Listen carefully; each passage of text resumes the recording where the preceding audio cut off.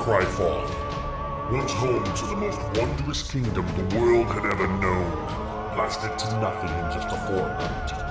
It is here that the fiends of hell walk among us. It is here where all things die. Welcome to Cryforth.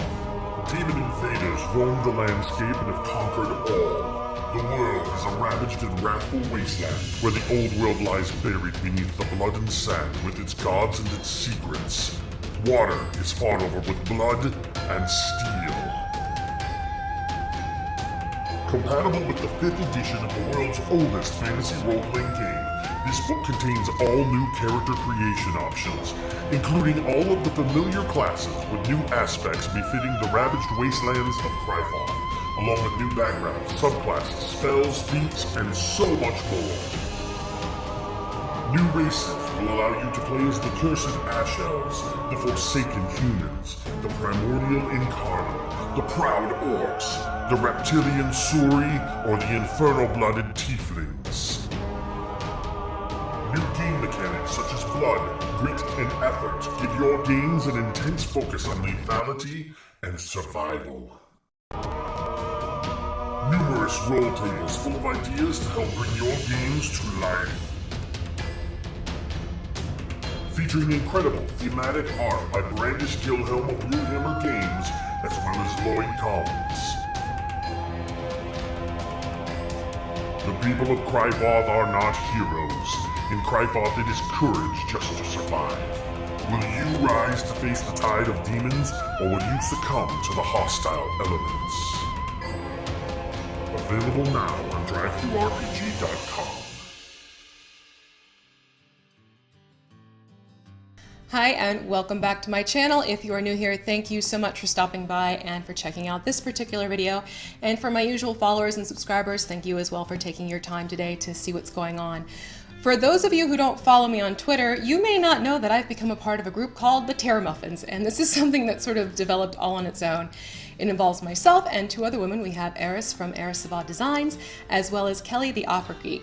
And basically, we just kind of get up to some crazy antics on Twitter with each other as well as our followers. If you're all on Twitter and you have an account, just use the hashtag Terramuffins and you'll see what I'm talking about. But anyways, these 2 women have become very good friends of mine, and we have been enjoying each other's company and just chatting with each other on a daily basis. Now, because of the camaraderie that we've developed and the fun we've been having with other people, Capri Creations took it upon himself to create this really cool design, which I'm going to show you right over here. And this is the design that has sort of started this whole thing that's going to be happening. I'm going to explain in a minute. But he was kind enough to create this for us, and he gave us clearance to use it for whatever we'd like to. However, none of us felt comfortable using it as a for-profit, for ourselves type of thing. That's where the idea came to me, where maybe we could do something that's more fundraiser based with it. And to get started, I wanted to go with a cause that is something that is rather close to home. I'm coming upon the 3-year anniversary of losing a close friend to domestic violence.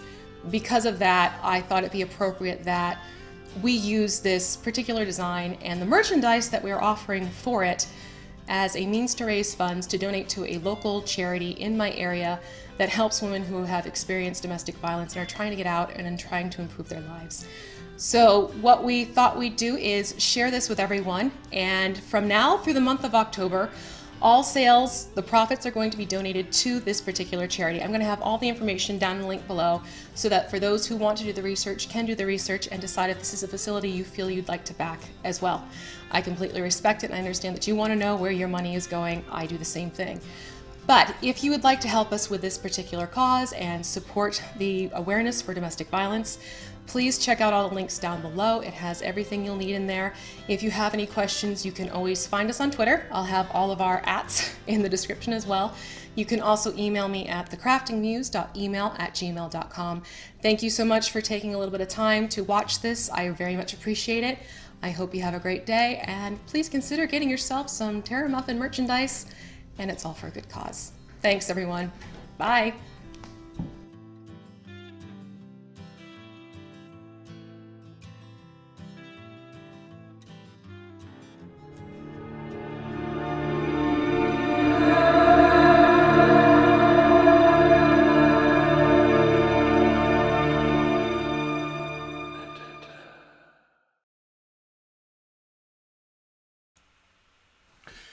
Hey internets, it's Jake from Mini Terrain Domain, and this is Mini Terrain Domain presents Salvage Operation by Mike Mearls, an adventure originally written for Dungeons and Dragons either 3.0 or 3.5, I'm not entirely certain, but this adventure originally appeared in Dungeon Magazine number 123 in June of 2005.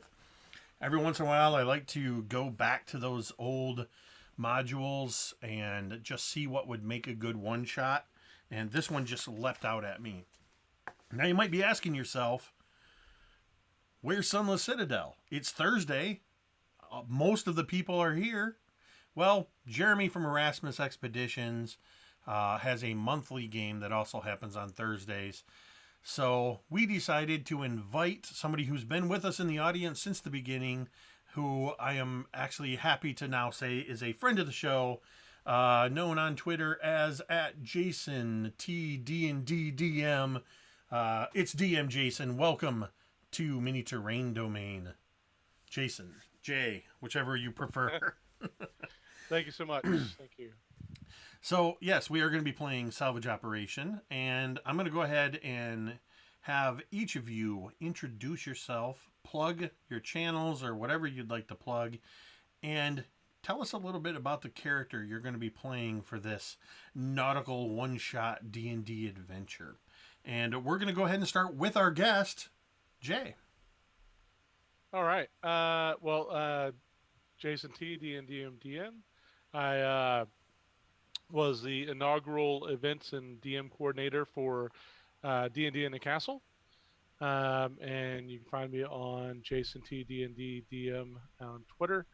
Tonight I will be playing an Aasimar barbarian by the name of Kyogen, who, as a teen, his tribe in the Bear Mountains was repeatedly asked to sell their land and repeatedly denied the unscrupulous individuals that kept trying to purchase said land.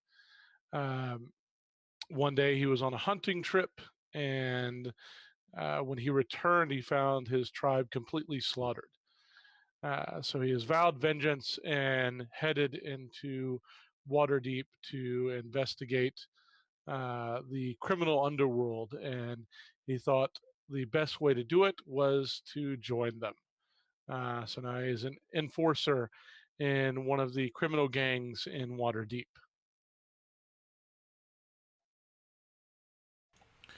Excellent.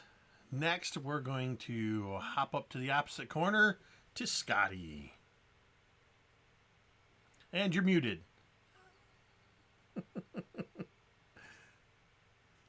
Hey guys, I'm glad you could join us. We're doing this one shot. This is going to be a lot of fun. I'm DM Scotty. I like to do terrain for my games, and if you're someone that thinks you'd like to do that, make sure to check out theDMsCraft. Also, check out the Tabletop Crafters Guild on Facebook. We have a wonderful group of people that share their crafts, so tons of ideas on there, and that's where you can find me. I will be playing a halfling named Tibbus, and I was a toy maker, right? And then something bad happened in my past. I'm kind of the black sheep of the family now, and I had to stop making toys. And now I steal things. That's what I do. I decided to become an adventurer. I'm no longer a toy maker, but I still like making toys. And things can look bad for you, but I always think that there's always the bright side, right? It can't get that bad, right? You always got to look at the bright side. Everything's gonna come up rosy. So that's how I kind of look at the world. And a lot of times I only steal what I need, or I steal for other people that need things, or I just give it back because I just like to steal things, but I don't always want to keep it. So sometimes I give it back. And that's me. I'm Tibbus. See you soon.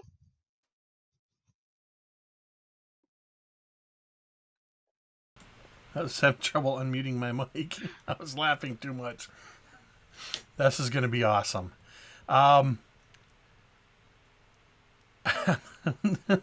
You've thrown me off already, Scotty. We're gonna go ahead and pop down to, you know what? Before I'm just gonna, good lord. So, our new friend of the show, who I have taken to by canon as referring to as Ooh Chameleon Fam, Ooh has already jumped into the fray, wondering if domain dice are in play tonight. Guess what? They are, for this one shot. And I had our guest Jay roll three, roll a d4, and you were granted 3 domain dice. But guess what? Our good friend the Chameleon has just dropped $20 into the super chat, giving you, do math here, 7 domain dice at the start of this game. So huge shout out to MTD Superfan. Ooh, Chameleon Fam. Ooh. I think you just like hearing me say that. But we do appreciate it, and I'm sure the players are going to appreciate it in this one shot. Be sure to use those domain dice in this game. So I was going to drop down to Megan next. Tell us about yourself and your character. Hey everyone, I'm Megan. I am half of the YouTube channel Dice on Ice, and also half of the publishing company. As you saw from the beginning, the Ravage Wasteland of Cryfoth is something that I took part in writing, and it is awesome. The intro does an awesome job at describing everything, so I'm just here to give my little toot of approval. Tonight, I will be playing Baldrom Stormhand, who he's not really sure why he's here or where he is, but he's got a drink in his hand, so it can't be too bad. All right. And finally, wait, apparently I've screwed up the... Sorry, apparently I gave you guys like 16 domain dice accidentally. There's still a weird glitch with the hotkeys. 7 is quite a lot. So with that, we're going to jump up to finally V. I'll take the 16, that's fine. Hi, I am V from the Crafting Muse. I have a channel on YouTube where you can see how to craft terrain, scatter, paint minis, and lovely things like that. You can also find me on Twitch, and you can find me on Twitter and Instagram and Facebook. So I'm kind of on a bunch of the different social media sites. I did put a link in for the Fundraiser t-shirt in each of the chats. So if you want to go and check that out later, I very much appreciate that. And I am getting over a cold, which is why the voice is where it is right now. So this is going to be Taryssia's voice. So what I'm doing is I'm playing Taryssia. She's actually the character that I play in our family campaign. And I thought it'd be fun to bring her out to play with adults for once. So luckily my darling DM has agreed that I can use an alternate timeline thing. So even if she goes bye-bye here, I can play her in her higher levels in the other game. So that's it for me. And thanks for joining us. All right. So this adventure that we are about to embark upon for the next couple of hours, I have decided that it does take place in the seedier part of the dock ward of Waterdeep, where all of you have found your way here for whatever reasons. This is definitely the low rent part of the dock ward. Many of the vessels that you see in this area barely look like they're seaworthy. Many of the warehouses and taverns and hotels/brothels, they are all dilapidated and houses of ill repute, as it would appear from the exterior. But in a city as grand as Waterdeep, you've got to start somewhere, and even if it is as the dregs that have washed up on the shores of the dock ward. And we're going to go ahead and say that you have already been handpicked by a rather gruff-looking half-orc. He went around to the various slummy taverns and locations and found each of you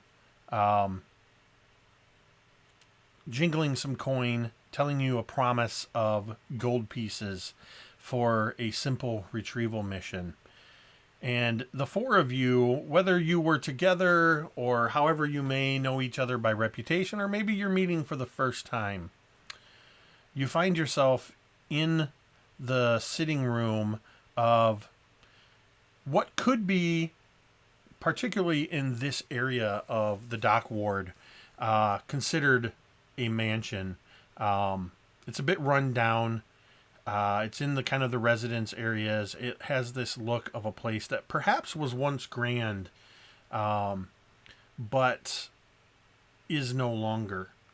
It has not had fresh paint, nor has it been kept up very well at all. Barely a light illuminates a window, except in a couple of the lower areas. This half-orc by the name of Vertheg has introduced himself to each of you as the attendant to a merchant by the name of Albric Dralian. And it is into his service that you are being hired. Upon entering the dusty mansion, he brings you into a sort of waiting room off from the main foyer. He hastily pulls dirty white sheets from off of the furnishings to provide you with places to sit, and lights a couple of hurricane lamps, but does not light the fire in the fireplace. He dresses like one who is a servant of the household. Perhaps some of you may recognize somebody who is in service as a head valet or butler. Though he tries to keep his appearance neat, there are worn patches at his elbows, and yes, he's just a bit frayed around the edges. Now that you are all here, while we wait for Master Dralian to be ready, I will tell you more details about this job for which you are being hired. The merchant prince, Albric Dralian, he once stood among this city's richest merchants. His ships sailed the sea, daring pirate raids, aquatic monsters, and storm-tossed oceans to carry goods across the world. Albric's trade fleet was among the largest and most prosperous of its kind. Yet, perhaps Albric's success came too fast and too easily. While his profits eventually plateaued, well, his ambition kept expanding. When his contacts in the southern jungles, in a region known as Chult, specifically a merchant prince by the name of Wakonge Otamu, gave counsel to Albric, saying that he could monopolize trade in several spices and rare herbs by offering a cache of magical items to a powerful native shaman. Albric leapt at his chance. He sold off many of his assets overnight to purchase the required items and loaded them aboard the Emperor of the Waves, the foremost ship in his fleet. His entire fortune sailed with that ship. But fate, she is a cruel mistress, and the Emperor of the Waves disappeared. A storm separated the ship from her escort, leaving her final destination unknown. Devastated by the financial loss, Ulbrich became a simple merchant. He never again regained his glory, and many potential business partners saw this disastrous failure as a sign of hubris and even divine retribution. That was 20 years ago. But Master Drelian has seen hope on the horizon. He will be ready momentarily. Please, wait while I check on him. And the half-orc, finishing his tale, leaves, drawing once handsome, polished oak doors closed to this room. As he heads out, you hear his footsteps creaking as he heads to another room, seeking out Master Drelian. You may talk amongst yourselves, but first, I'm going to throw another domain dice up. Thanks to another friend of the show from the Castle Mac crew, Castle Mac Lydia, for dropping 500 bits on Twitch. You guys are up to 8 domain dice for this session. All right, you have a few moments to talk amongst yourselves.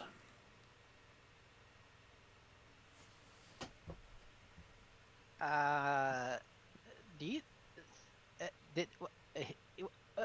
was he saying we're gonna have to go on a ship? Does that bother you? No. Baldrom would kind of give him like this half cock smile, the kind of like, are you sure kind of look. As he would begin to... This place, are there like bookshelves or tables or anything like that? Yes, everything covered in a layer of dust. Some pieces of furnishing still covered with, where you can only see their ghostly shapes. The bookshelves, of which there are several along the walls, are covered in dusty tomes. So Baldrom would start immediately kind of manhandling these books and stomping on the floor and kind of peeking under each of these into drawers and desks and just being a snoop.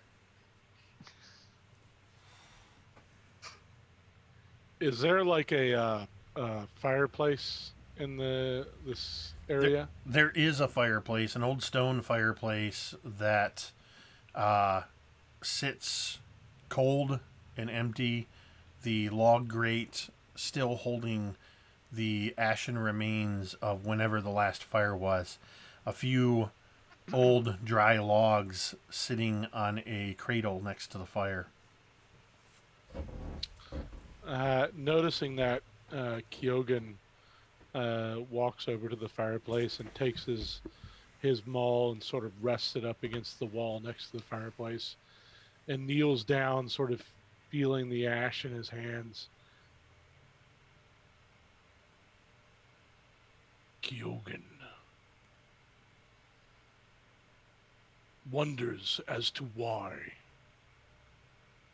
it took 20 years for this man to go looking for his entire wealth.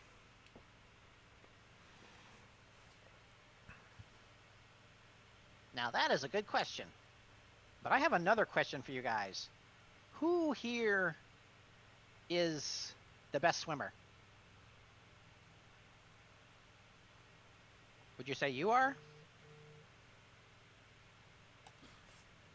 Though my strengths do not point towards the open oceans, Kyogen is known to swim well in the rivers.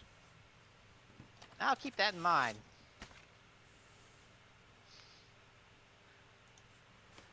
Megan, give me an investigation roll.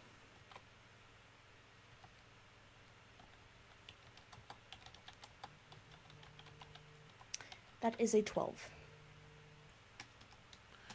Roll a D100.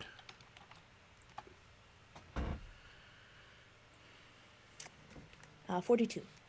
As you are sifting through the various drawers, mostly what you find are things like an old dusty pair of spectacles, the stub of a few stubs of writing chalks, and various things like that. A few scraps of parchment, a couple dried ink bottles, and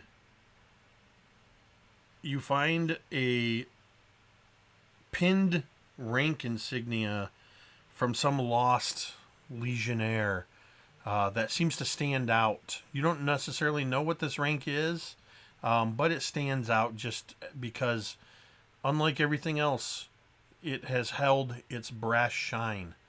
There's no grime or dust upon it.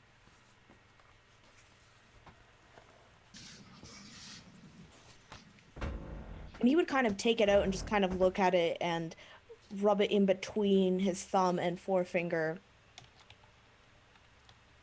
just admiring it for the briefest of moments, but then would put it back where he found it.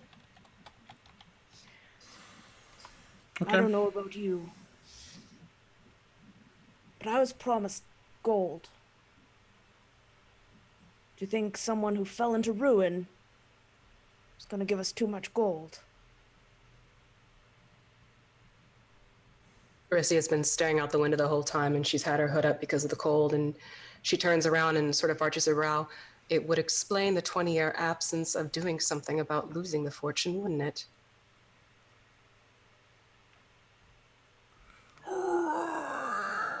The doors slide open with a bit of a creak.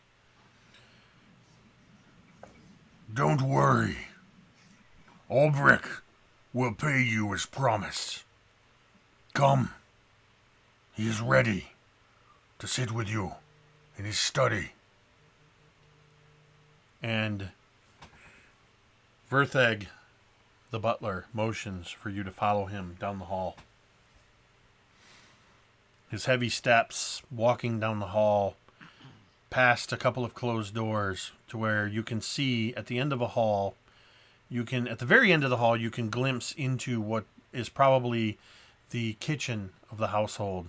But off from that room, there is an open door with a warm and inviting glow spilling out into the hallway. And it is here that Vertheg leads you. Leads you. And he stops at the door and holds an arm, motioning for you to enter. Who is the first to enter?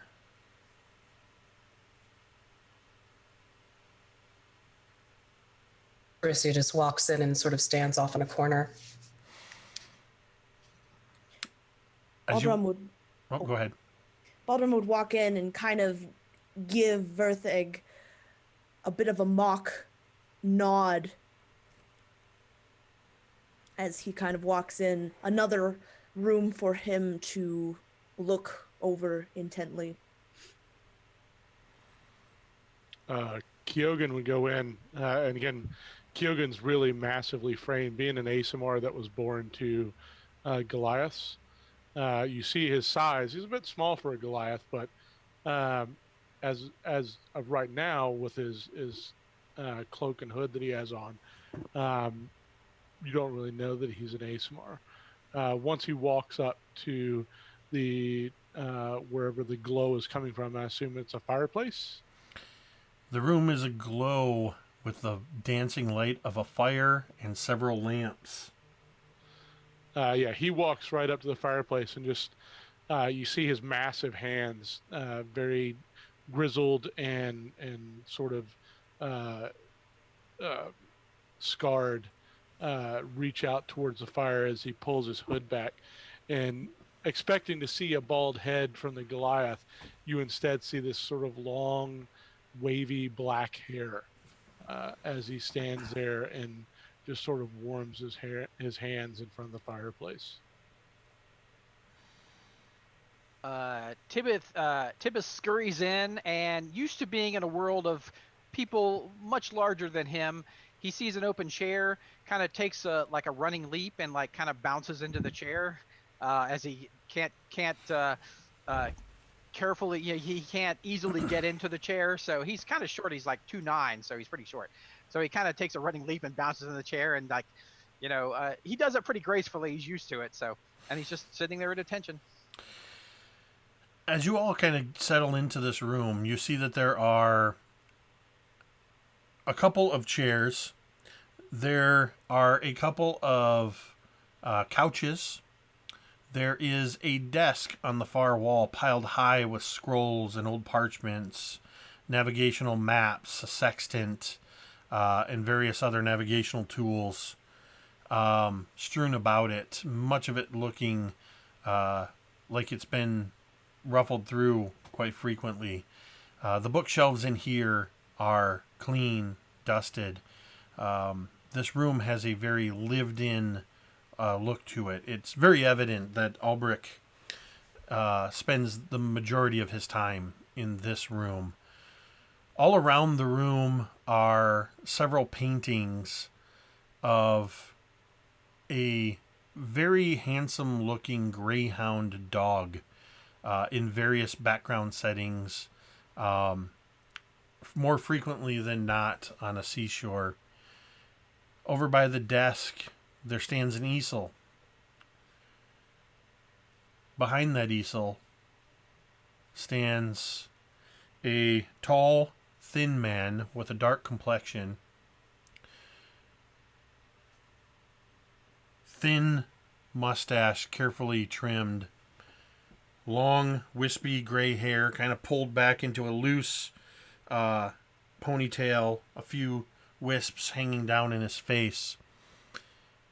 He holds a brush in his hand, a palette in his other hand, as he puts a few final touches on the painting, yet another painting of this greyhound. As you all come in, he finishes up, sets his brush carefully in the tray of the easel, sets the palette off to the side, and stands behind his desk, steeples his fingers for a moment. Yes, this will do nicely, Vertheg. Thank you. Thank you very much. Please, see that we are not disturbed. Greetings. My name is Ulbrich Drelian, as I'm sure Vertheg has already told you. I understand that you have some concern after Vertheg has told you my tale as to whether or not I will be able to pay you. Fear not, as he opens up a drawer and he pulls out a sack, jingling the coin, drops it on the desk, and pulls out 3 more. Each one of these sacks contains 100 gold pieces. Yours, immediately. Upon acceptance of this mission, which, by you being here, I am to assume you have accepted this mission.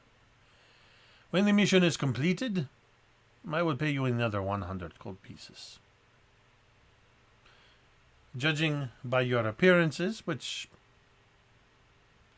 well, you look as though you could use the gold.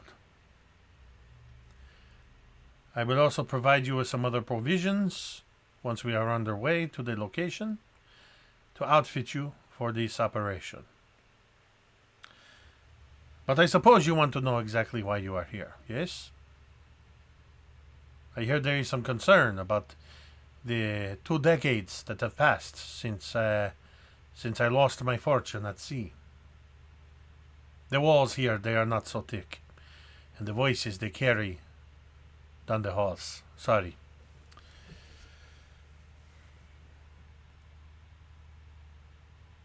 All is as Vertheg has told you.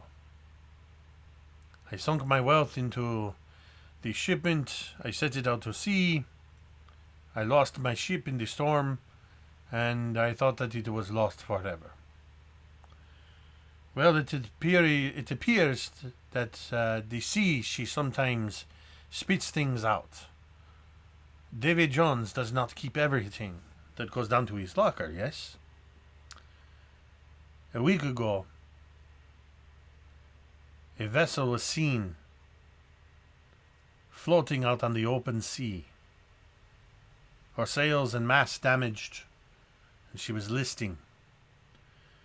But still visible on the stern was the name emblazoned in gold filigree. Emperor of the Waves, my vessel.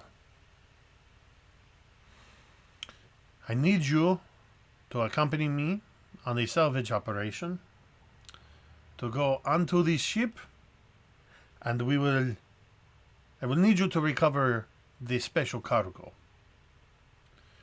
This cargo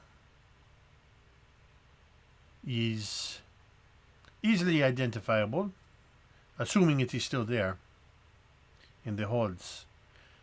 You will find a rather large crate emblazoned with an A. It is burned into the wood of the crate, so there is no missing it. Inside is a sealed metal box. It is this box that I need from you. With this, I think I can begin to turn things around in my favor. You are a very quiet lot of people. What have you to say? Sorry, I got lost at your coming with us. No offense, old man, but... And he would kind of look him up and down. You're not exactly at the prime of your life. Seas are dangerous. You are not wrong about this dwarf. I was never one for sailing the seas so much as managing the operations. I had various captains who would sail the ships for me. But I have chartered a vessel that is going to take us to the location of this floating derelict. And I will accompany you on this vessel as a passenger and as your patron. I will not accompany you on the salvage operation. As you have said, I have gotten up in years. I cannot move around like I used to. So I do hope that has allayed your concerns. Anybody else? I thought this boat sunk. Ah, well, that is what we all thought, my little friend. We all thought that the Emperor of the Waves was lost to the sea, dragged down into the depths in that storm. You see, in that storm that happened those 20 years ago, 12 other merchant vessels were lost by merchants all around the port and from various ports. But it appears as though Lady Luck was perhaps withholding from me for all these years. Or perhaps things just don't seem as they appear. Well, this is always a possibility of, which is why I would hire people such as yourselves to take this on.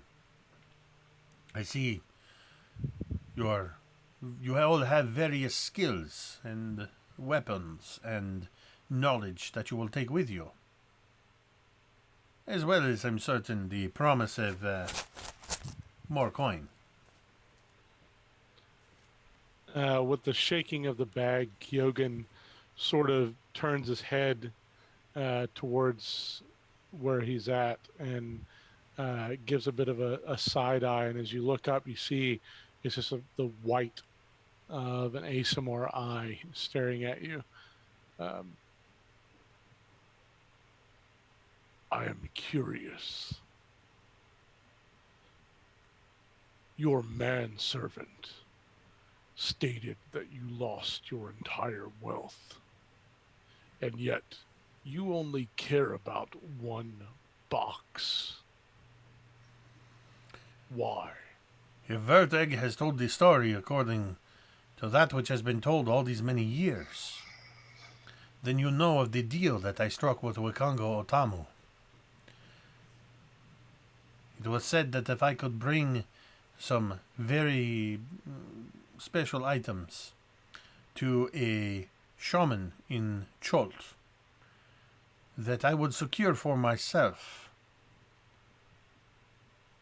the exclusive rights to all of the spices and the things like the monkey fruits and they have these they're so divine, the yucca beetles and Tej. Have you ever tasted Tej? Is a fine citrusy honeyed mead that practically flows from the trees. I can practically see the dwarf over there salivating at the thought of yucca beetles. But, alas, the Emperor of the Waves, she never made it to Cholt when the storm took her.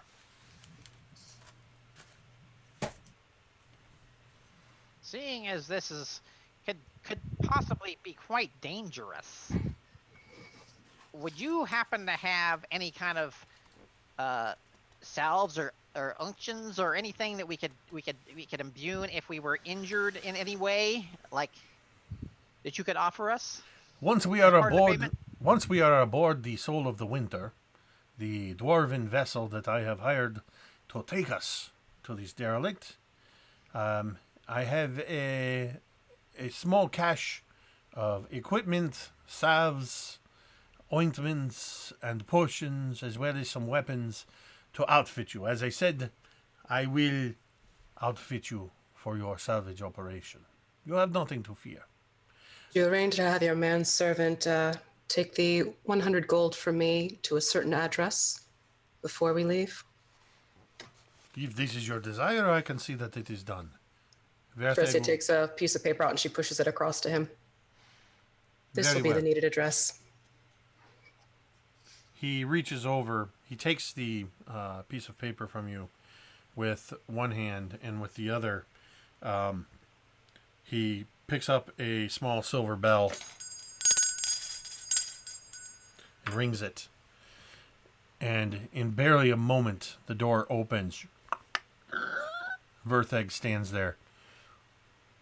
Yes, Master Drarian. Our elf friend has a side job for you. Here. And hands him one of the sacks of gold and the parchment. I will see to this at once. He bows and exits. Is there anything else? The Soul of the Winter is already waiting for us at the dock. We have a few days' journey on the vessel to get to the derelict. Kyogen goes where the gold is, and provided my friend Tibbus is satisfied, I will follow. Oh yes, as long as you lead the way, I follow.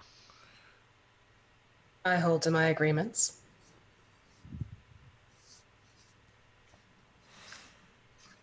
Very well. Then it appears as though we have an accord. And he steps forward from around the desk and around the painting. He gives a glance at the painting, at the greyhound upon it. Turns to you all and extends a hand to seal the pact with a handshake with each of you. If everybody accepts the handshake, then he will exclaim, "Very well. We have an accord. We must head out immediately to the docks. Verteg will see to your delivery. Come, follow me." And he grabs from off the wall a cloak and pulls it around with a flourish. And as the cloak flashes in front of the virtual camera, we find ourselves on the Soul of Winter, the vessel that has been hired by Albric. It is a dwarven vessel that is crewed by 10 dwarves, 10 sailors. The captain is one Volgar Vindrun, and I must insist that each and every one of you, including you, my dwarven friend, as much as possible, I must insist that you stay below decks. You must leave the sailing to us experts. You mean we don't have to do any work? Of course not. I would prefer that you not do work upon my vessel. You will be fed, you will be watered, you will have comfortable hammocks to sleep in below decks. It is a bit crowded, but... And he kind of glances over at Tibbus, being much smaller than the dwarves. I do not think this would be a problem for some of you. Though for others it might be. Can we emerge at all, just to at least get a breath of fresh air every so often? You are not prisoners. I merely ask that you stay out of the way of my crew. Fair enough. Is the ale downstairs? He looks up at you, Keoghan, and says, kind of looking up, and then up, and then up. I ask only that you leave enough ale for my brethren. But yes, there are several casks of ale down below. And Keoghan heads directly downstairs because he totally hates the ocean. And so, oh, go ahead. Baldrom is like right on his heels, making sure, because he gets this worried look on his face. Oh, I better go check on that hill as well. Come toast with me, my dwarven friend. All right, I like you.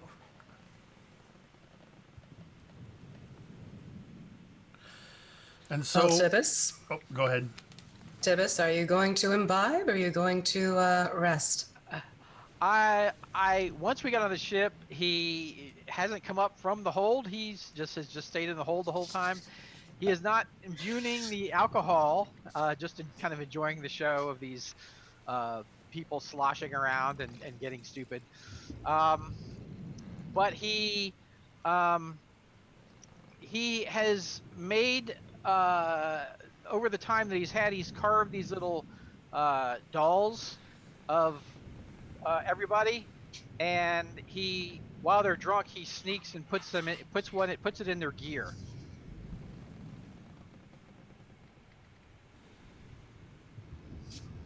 Taryssia catches him doing it and she sort of grins at him.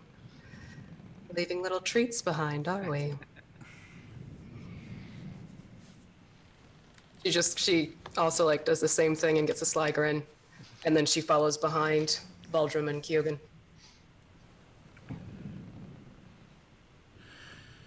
A couple days into your journey, Albric comes up from his cabin. You've not seen much of him. Though if anybody had visited him, you would find that he brought a small wooden case with him that is a portable easel. And he has spent time in his cabin. Though he has stayed in his cabin much of the time, he has he has painted is in process painting another picture of this greyhound dog, but on a sandy beach, chasing after a ball. But after a couple days, he emerges, and as he comes up and has gathered you all on deck, He seems a bit unsteady on the ship. He was not lying about not spending much time at sea for a merchant.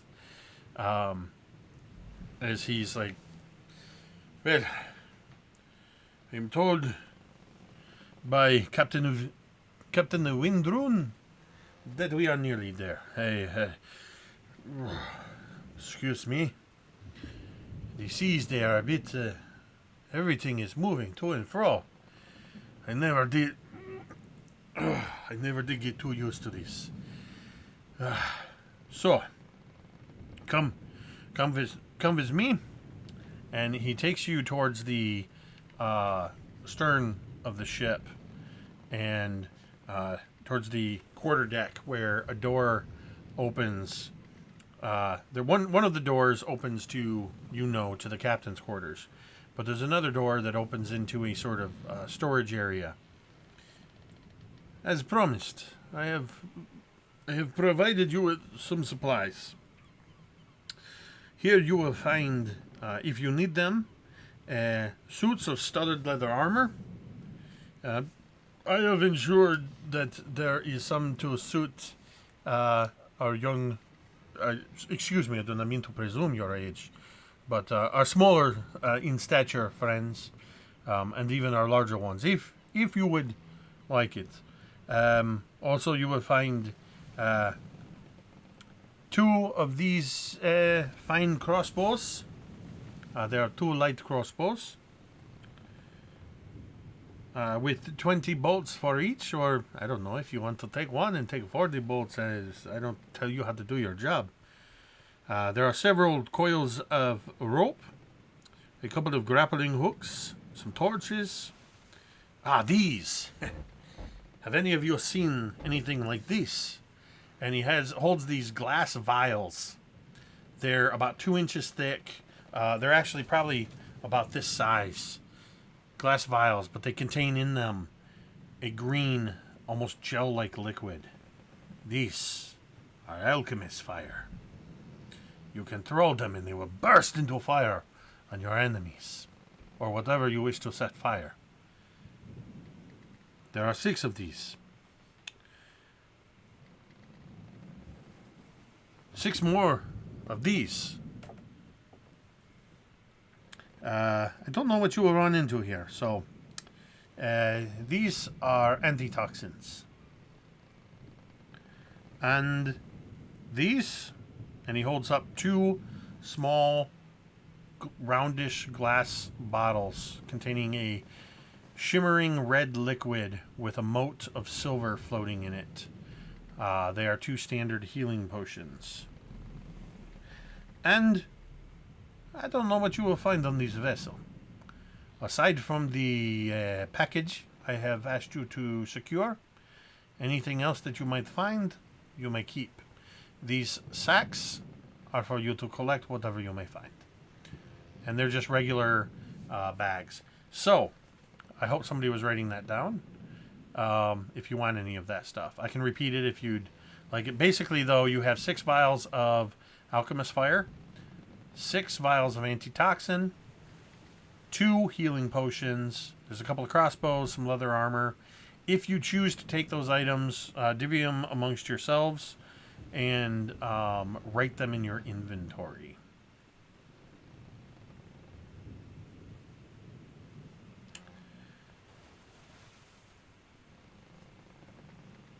Sorry, I had to step away for a quick bit. Were there healing potions? Yes, there's 2 healing potions, 6 alchemist fire, 6 antitoxins, some rope, some sacks, just regular sacks for collecting goods.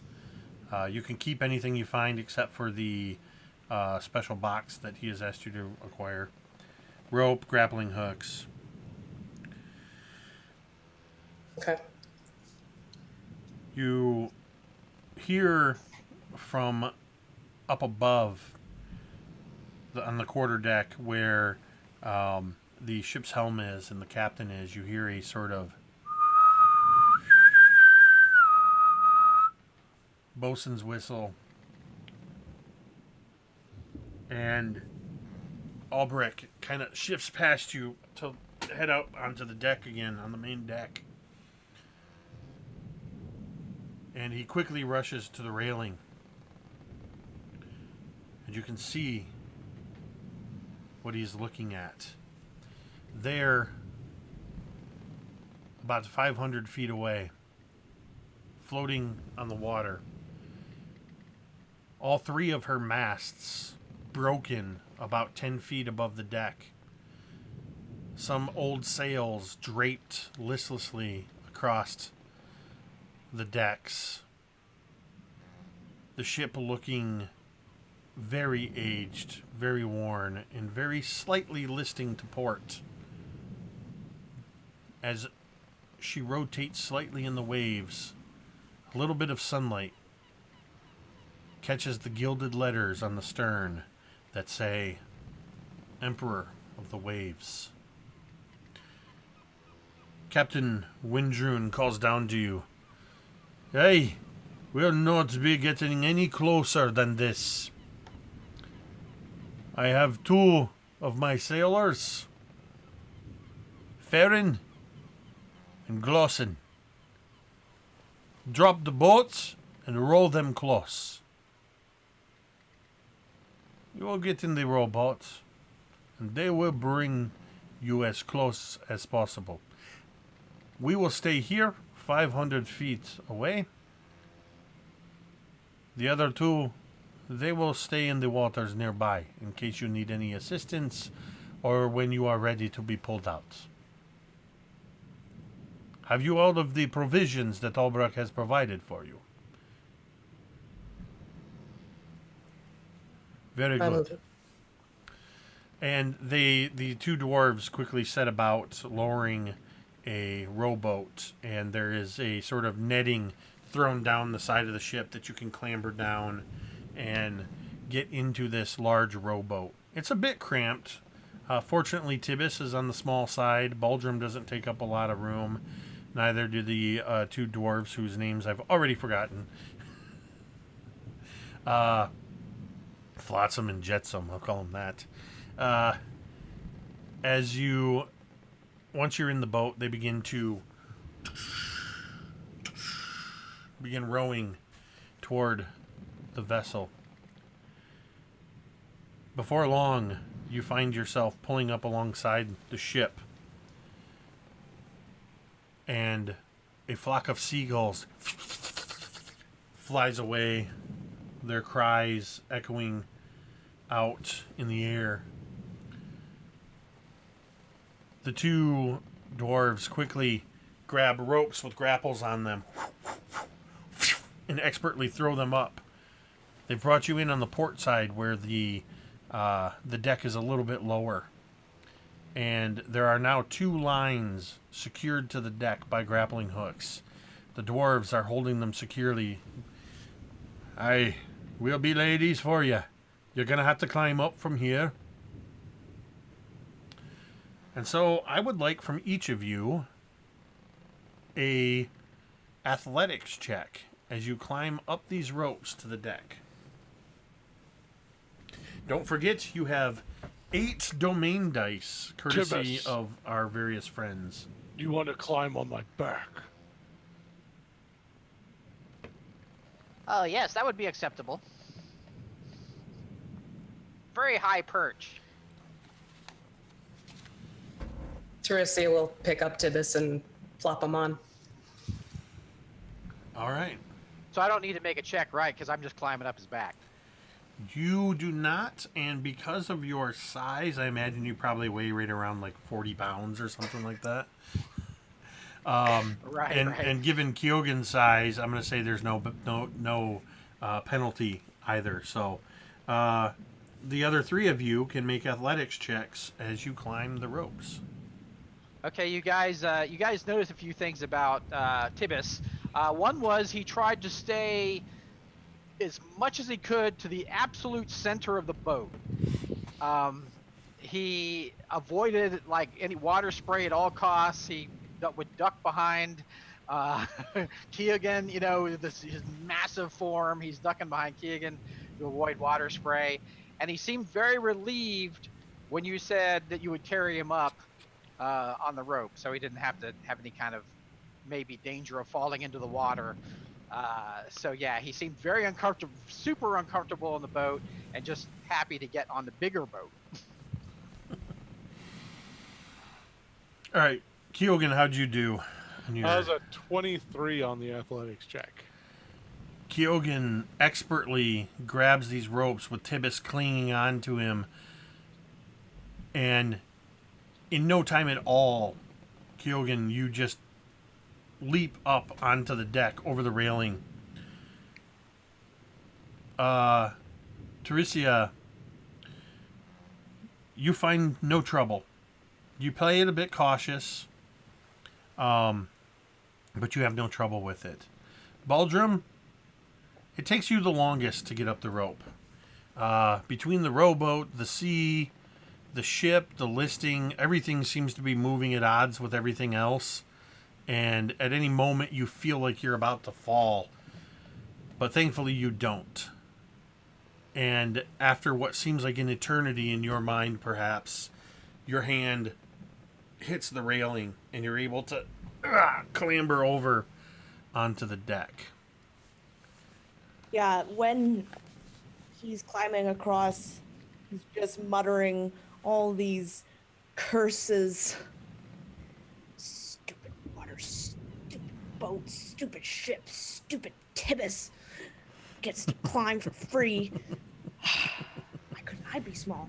Dwarves are small, but not small enough. And he's just muttering to himself as he kind of crawls across. And as soon as he gets his feet down, he reaches into his pocket, pulls out a flask, and just chugs the whole thing, takes it, like, sees that it's empty, puts it back, kind of reaches into his other pocket, pulls out another flask, and then takes a swig out of that. Awesome. When you pull out your flask, you notice that there's a doll in there, a doll that looks like you. What do you think of that? When he does, he just kind of, he pulls it out, he looks at it, he looks at his flask, he looks in his flask, and he looks back at the doll.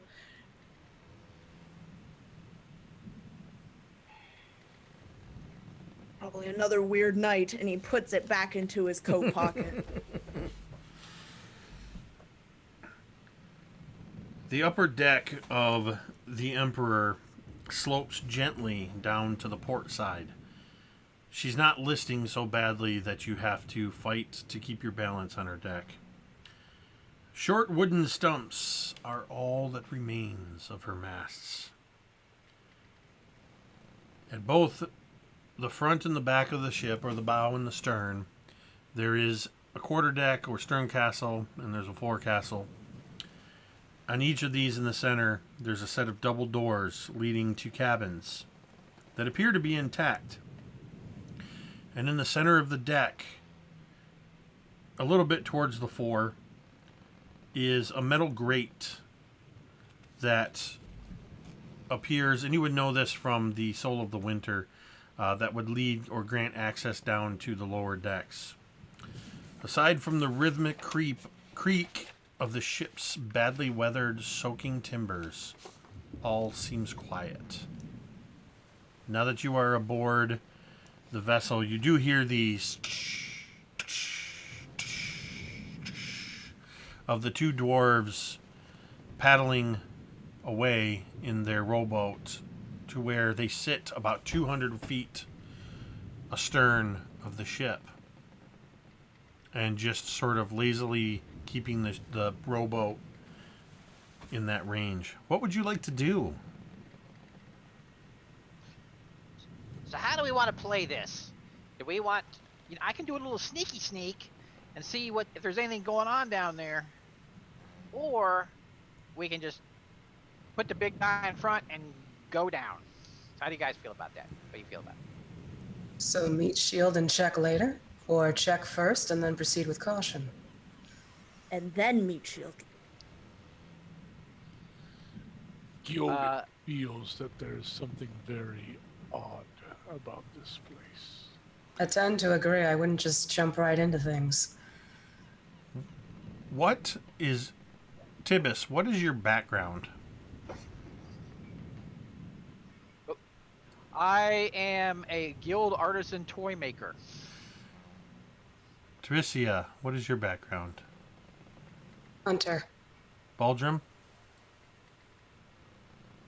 Folk hero.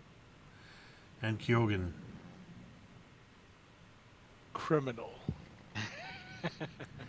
I would like everybody to roll an insight check at disadvantage. Excellent.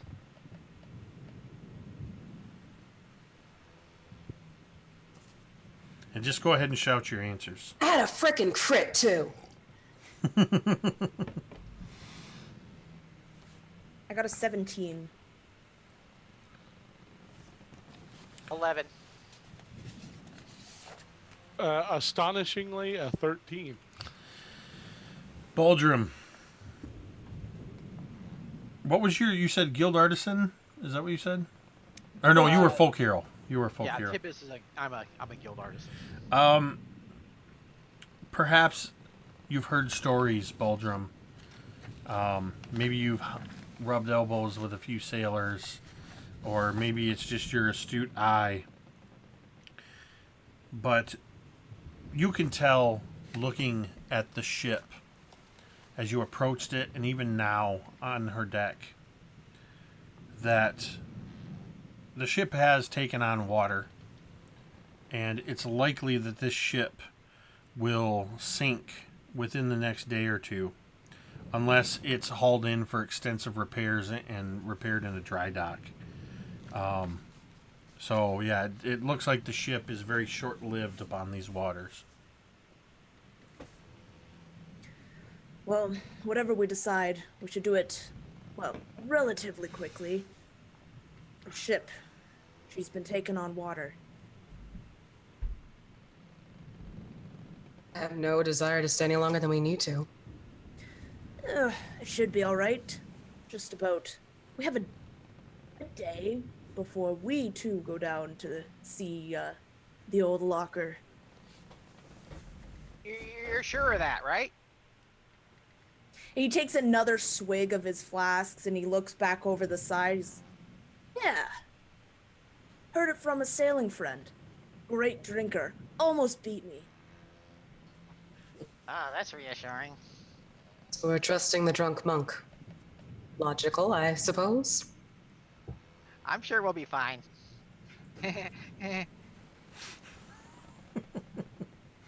Kyogen makes great flotation device. I'll keep that in mind. So what do you want to do? You've got a set of double doors at the forecastle, a set of double doors at the quarterdeck, and a metal grate that leads below decks from the main deck. Can we see any windows at the forecastle? There are no windows.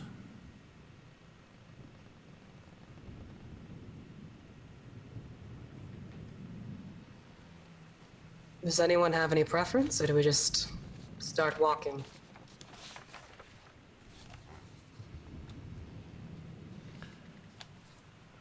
At this point, we could play spin the bottle. Did he tell us where to look for it? In the hold, I believe? Just in the cargo hold. In the cargo hold. How about shortest way to the cargo hold? Well, then we're looking at the grate. Since we're on limited time here. Right to below deck. Open sesame. So you're going to look at the grate. Who's looking through the grate?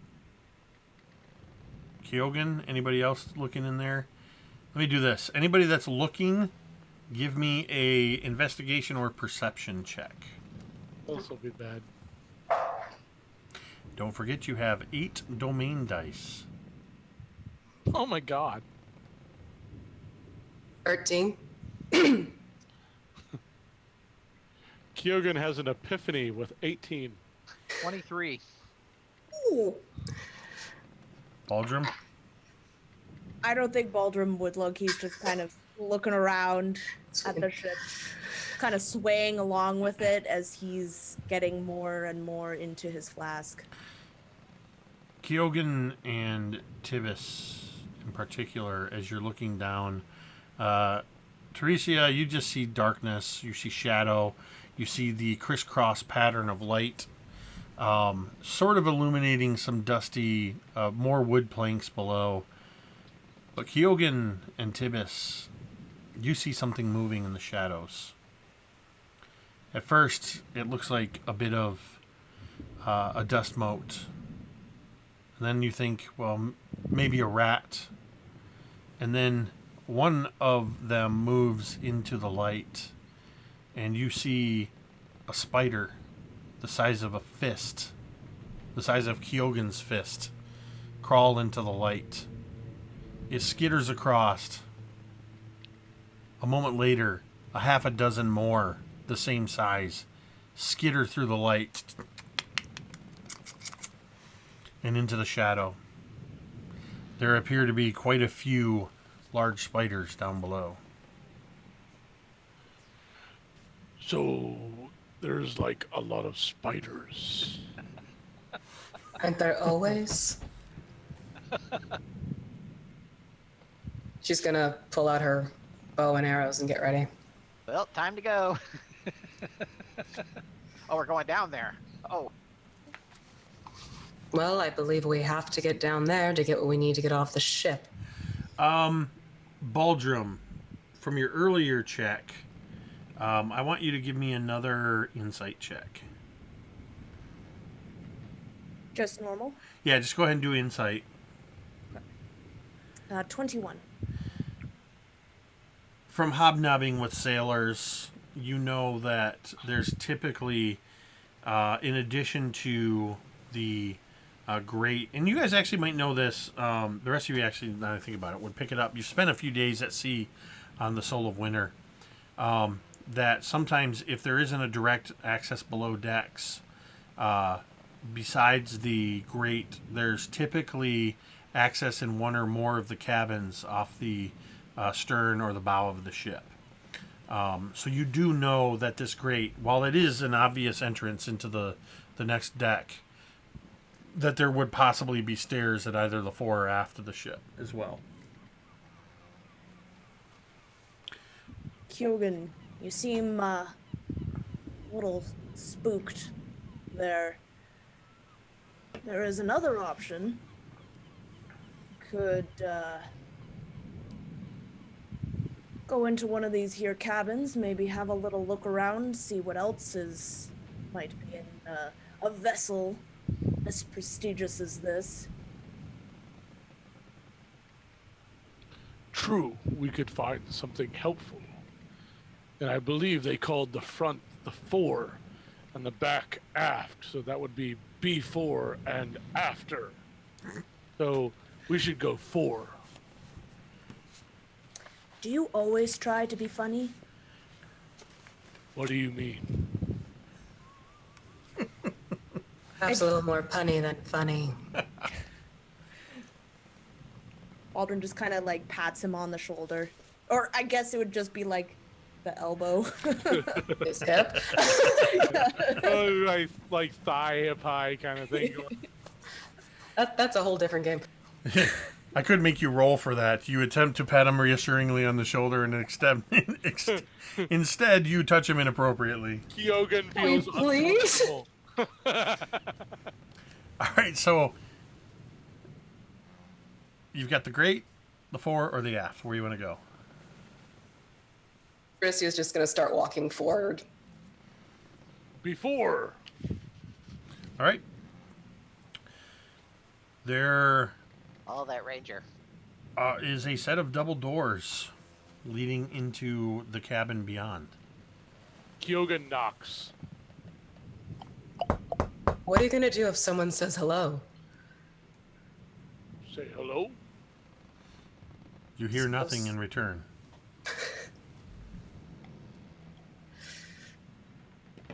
Hello. There's no response.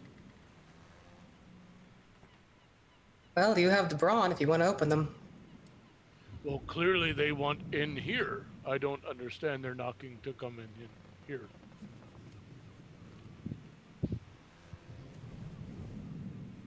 Is the door unlocked? Thank you. Open it. At this point, Taryssa just kicks it. You kick the door.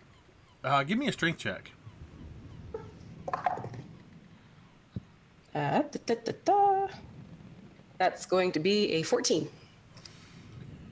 As your foot connects with the door, it kind of goes, the double doors go and kind of snap back. Something seems to, it had a bit of give to it, more so than it would even if it were barricaded.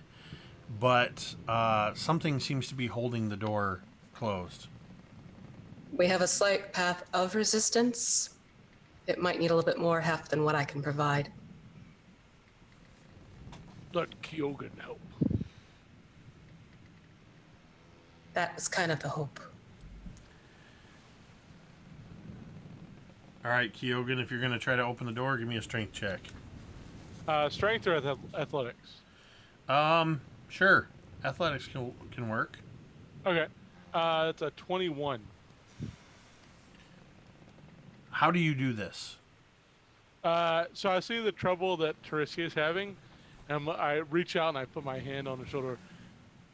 Kyogen will solve problem. And I literally just move her out of the way and just throw my shoulder directly into the door. As you slam into the door, there's the sound of splintering wood. As the door smashes open, you knock one of the doors off its hinge. It clatters to the ground, but with a little bit of resistance as you find yourself emerging through the doors and into thick sheets of spider webs that seem to be just... This entire room is just choked with spider webs. There is a small, cramped, open space just to the port that provides access to a narrow staircase heading down. And near the bow, within the webs, you can see a single table surrounded by 4 chairs. As you burst into the room, Kyogen, something heavy drops onto you from above. And I would like you all to roll for initiative. That's not the right music. What the hell is that? Let's try that again. I don't know why a harpsichord started playing. Oh, apparently it's still playing. Awesome. Here. There we go. Yes, everybody roll for initiative. As something heavy has just dropped on the Kyogen. Go ahead and tell me what you got, Tibbus. I have 21. Taryssia. N. What? N. Oh, 10. Sorry, that dusk elf voice, I couldn't quite hear it. Baldrom. 6. Kyogen. 17. All right, and I suppose I also need to roll for initiative. As you all, the rest of you all can see what has just crashed down from the ceiling of the room on top of Kyogen is a giant spider. But you already knew that. And that is a... All right. First in the order is going to be Tibbus, followed by Kyogen, followed by Taryssia, followed by Spider, followed by Baldrom. What are you going to do, Tibbus? The giant spider, massive, has just collapsed on top of Kyogen's shoulders. Can we bump the music down? Yeah. Okay. Sorry, I know that it comes through loud for you guys. Yeah, it's really coming through loud. 1 second. Sorry, this is only my second time using Sirenscape in the stream. How's that? That's better. That's better. Perfect. Okay, so I am close behind, and I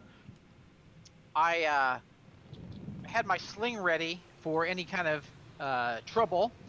And would he, since the spider's on him, does it count like sneak attack? Yeah, I mean, he's within Okay. 5 feet of it. So, Okay. yes. Yes, if you hit, you will be able to do sneak attack. Okay, so you guys hear this whizzing, like he has this little, the little sling. He's whizzing it, and let's see how good his eye is.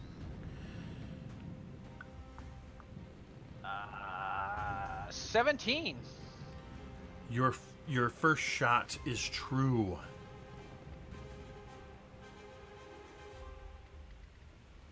So go ahead and roll damage, and that'll All include right. sneak attack. All right. Oh.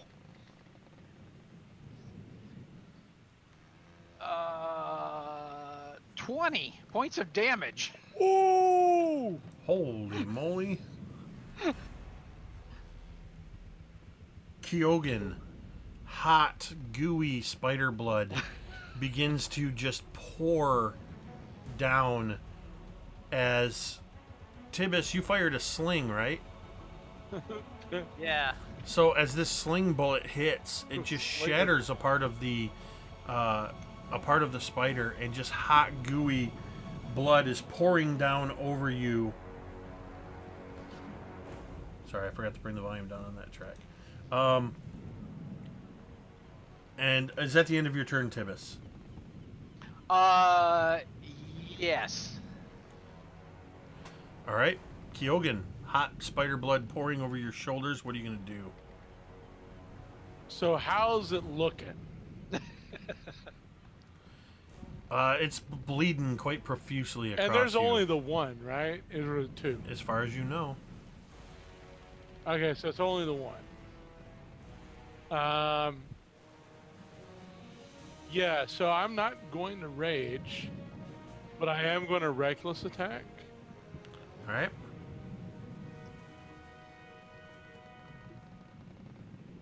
That is a 19 to hit. That is gonna hit.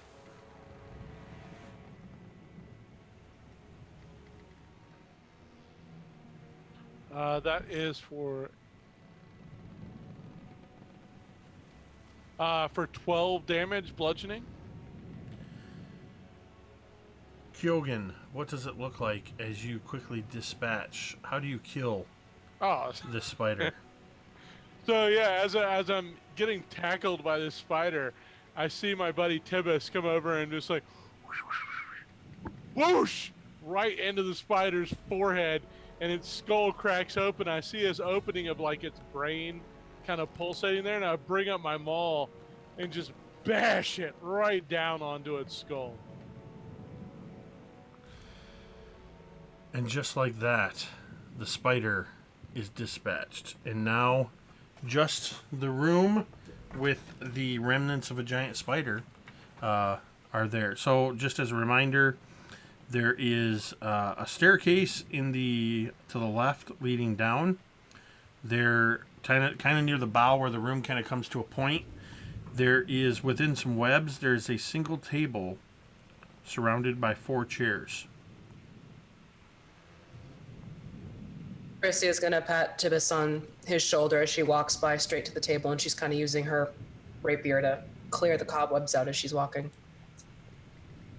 As she's doing that, I'm gonna try to sneak and put Tarissa's doll into her gear, because I believe that I believe that the little dolls are like good luck charms, and I'm afraid now that they ran into the spider that something bad could happen to my friend. So I'm gonna put this doll in her pack. So I'm gonna try to sneak and do that. Is she distracted and doesn't see me, or do you need me to roll?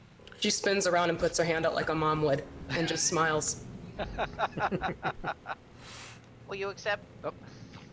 You remind me of my 2 boys, sure. Will you accept this? She just smiles and, of course. As you touch his hand, he's kind of childlike, but then he gives you this look, and you realize, no, he's not a child. She just kind of winks anyways and turns back and goes towards the table more. I'm sensing a theme between Scotty and V's characters. All right. Reality blurring into play. What would you like to do?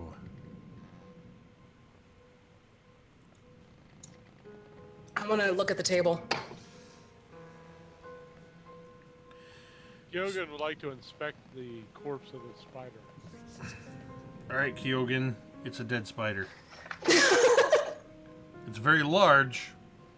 It's in pieces, and there's a greenish, like a dark green blood that is spilled all over you and the room. Taryssia, give me an investigation. Well, actually, you don't even need to give me an investigation check. It's a table. Everything's on the table. The chairs and the table are in rough shape. They're worn. They're weather checked.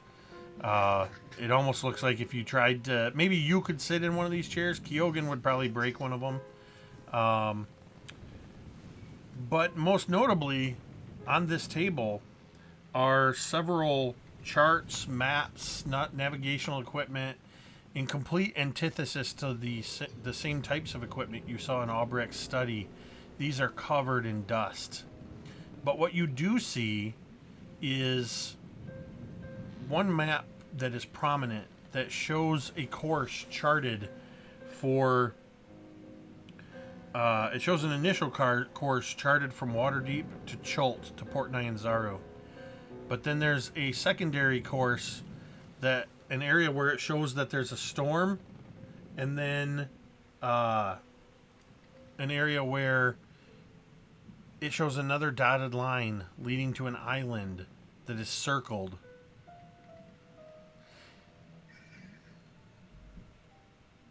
It seems we have a map with two destinations over here. One the expected and one of interesting origin. Anybody looking at the map, go ahead and give me an insight check.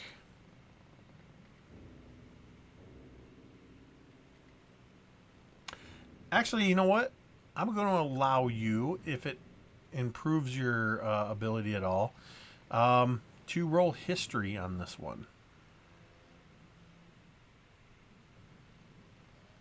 It was the same, so it's going to be a 15. Everybody else is shaking their head like, no, I no. buckled it. 17 insight. All right. Taryssia and Kyogen, the lines and markings on these maps seem to fall in line with the story that Vergeth told you, or Vertheg told you, about the history of the ship and that it was lost at a storm at sea. The deviation in the course seems to indicate the location of where it was told that the storm had taken the ships. But this other course seems to point that after the storm, the ship headed somewhere else.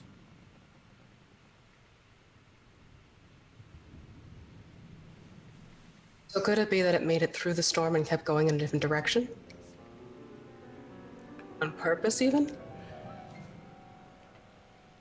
Kyogen feels that the circle is important because it's big and circular. Sometimes that can be the case, yes. It's like someone marked it to be like important. Circle. Like a target. Yes.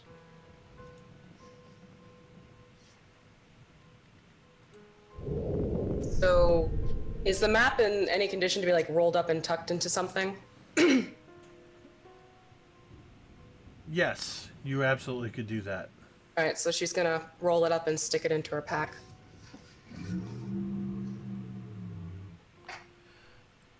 Everybody give me a perception check.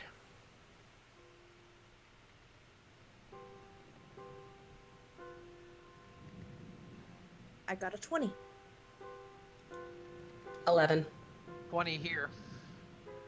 You are starting to hear sounds that you can't quite identify from below, but they almost seem like they might be coming from outside the ship.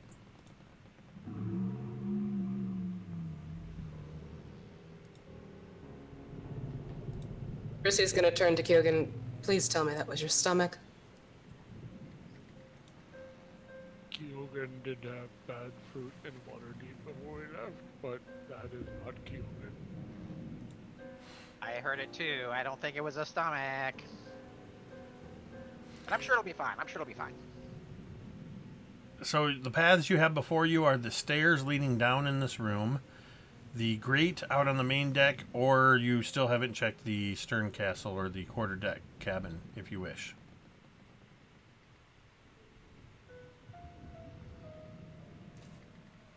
What would you like to do?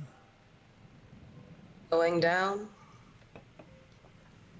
Kyogen thinks we should check everything. What if the chest is in the room that we don't look at? Well, we're at the front of the ship. We could work our way down and then back up again. We'd still find everything that could be potentially found, theoretically. True. But time is of the essence at this point. And we were told the hold. The hold is usually below deck. Kyogen trusts her, because Kyogen is not good with directions. It's down, which is does the have a point. opposite of up. So you guys heading down the stairs then? He does have a point. It could have been moved, but it seems most logical to check the underdeck.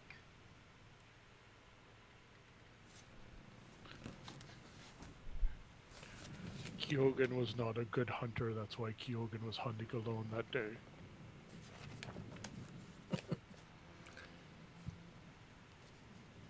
Alright, so are you guys going downstairs? Who's leading the way? Captain Meatshield. I'll take behind him.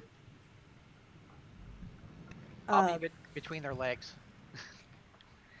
Yeah, I think Baldrom would take up the rear.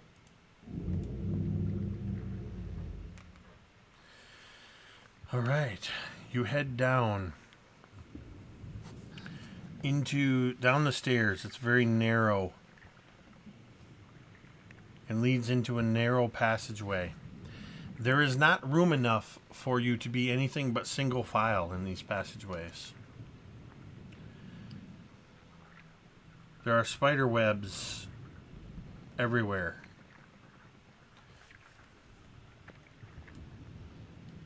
As you head down into this passageway, Kyogen, give me a perception check.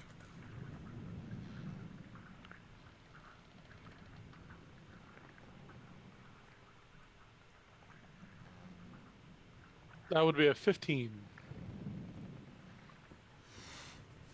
You do not see anything other than the spider webs blocking your way. There's a bit of maneuvering as you head through this passageway. Heading towards the stern, you know you're on the port side of the ship with that subtle angle. And then there's a small hallway that kind of heads towards the starboard. A passageway that leads into another small hallway where you can see a door. As you move toward this, you couldn't quite see it, but now you can feel it as you've stumbled into a larger web. And you become entangled in this web. I would like you to make a strength check to see if you can quickly free yourself from this web.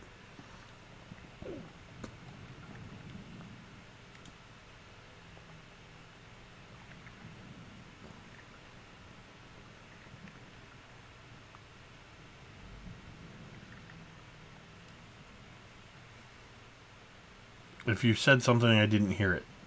16 from Kyogen. Yeah, you guys, I'm not watching the chat that closely, so if you guys just want to shout out your rolls, that's fine.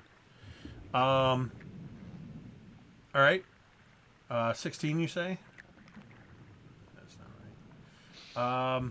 So you are able to kind of pull yourself from being entangled by this web.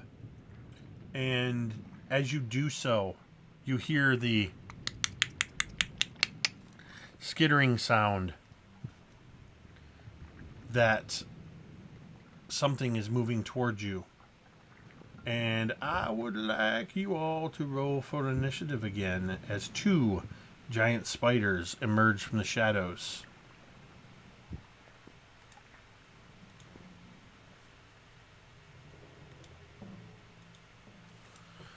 And then we'll just do...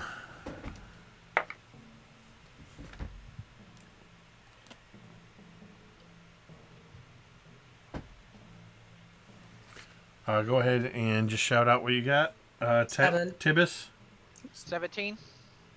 Taryssia, 7. Baldrom, 7. Kyogen. 17. Very interesting. Yeah, 2 17s and 2 7s. It's weird. Yeah, that is weird. So I'm actually going to try something. I don't usually do this, but Matt Mercer does it effectively. So Tibbus and Kyogen, you are both going to act at the same time. All right. Interesting. So, so Keegan is trapped right in the web. No, he was able to quickly break free. Oh, he broke free. Okay. So I saw these things coming. Yes. Okay, I want to engage the one that's closest to me then.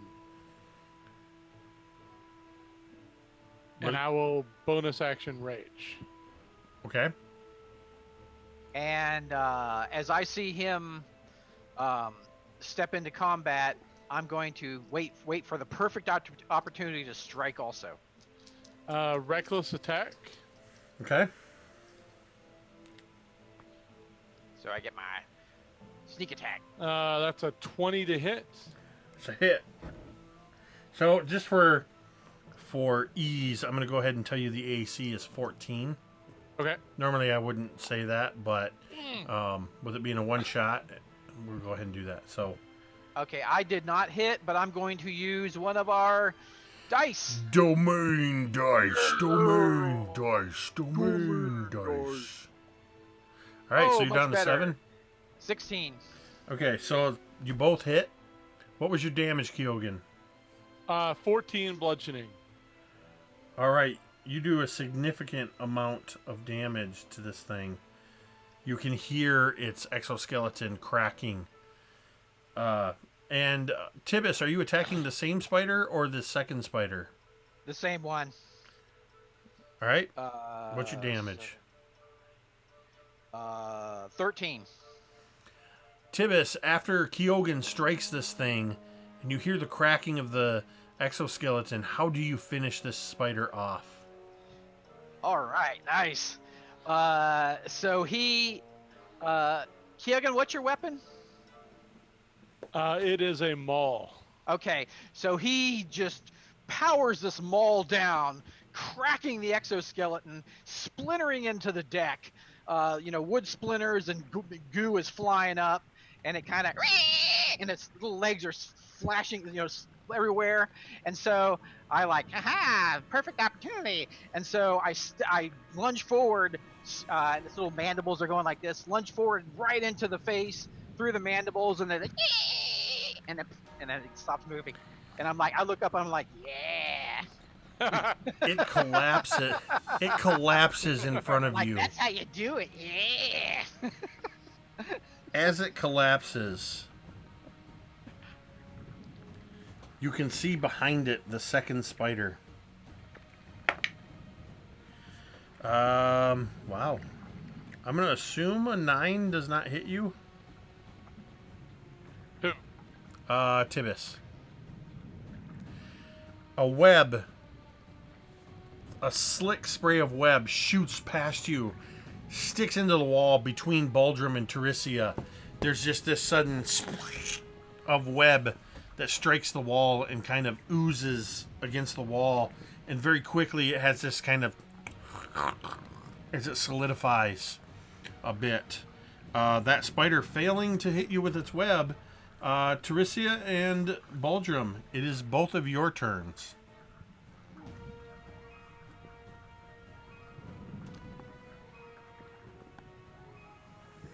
I got a 27. How are you attacking the spider? Yeah, with my longbow. It's far enough away that you do so without disadvantage, so go ahead and roll damage. Okay, that's going to be 10. Your arrow finds a spot in this spider, and you hear this kind of as it strikes. Baldrom, you see the arrow slam into this giant spider. What do you do?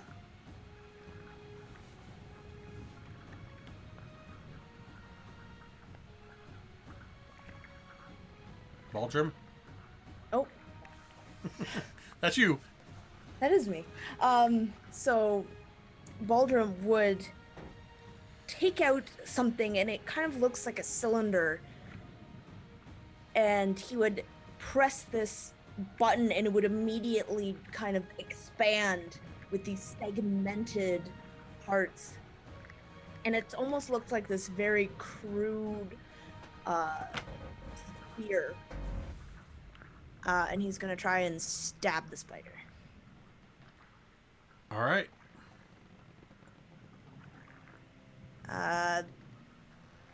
Suddenly, the ship tilts, and with his already double vision that he's been seeing, he suddenly sees 4 of these spiders out in front of him, and so he just picks one, and it happened to be not the real spider.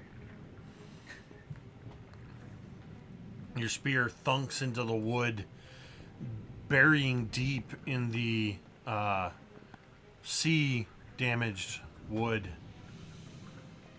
The wood is soft from years of no maintenance, it seems.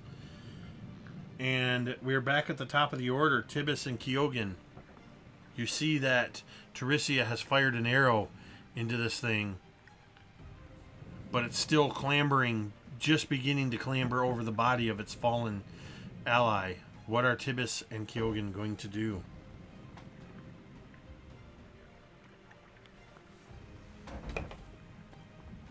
So did the spider not act? Oh, it already went. We're back at the top of the order. It tried to shoot a web at Tibbus. Oh, Oh, okay, yeah, gotcha. yeah. Okay, yeah.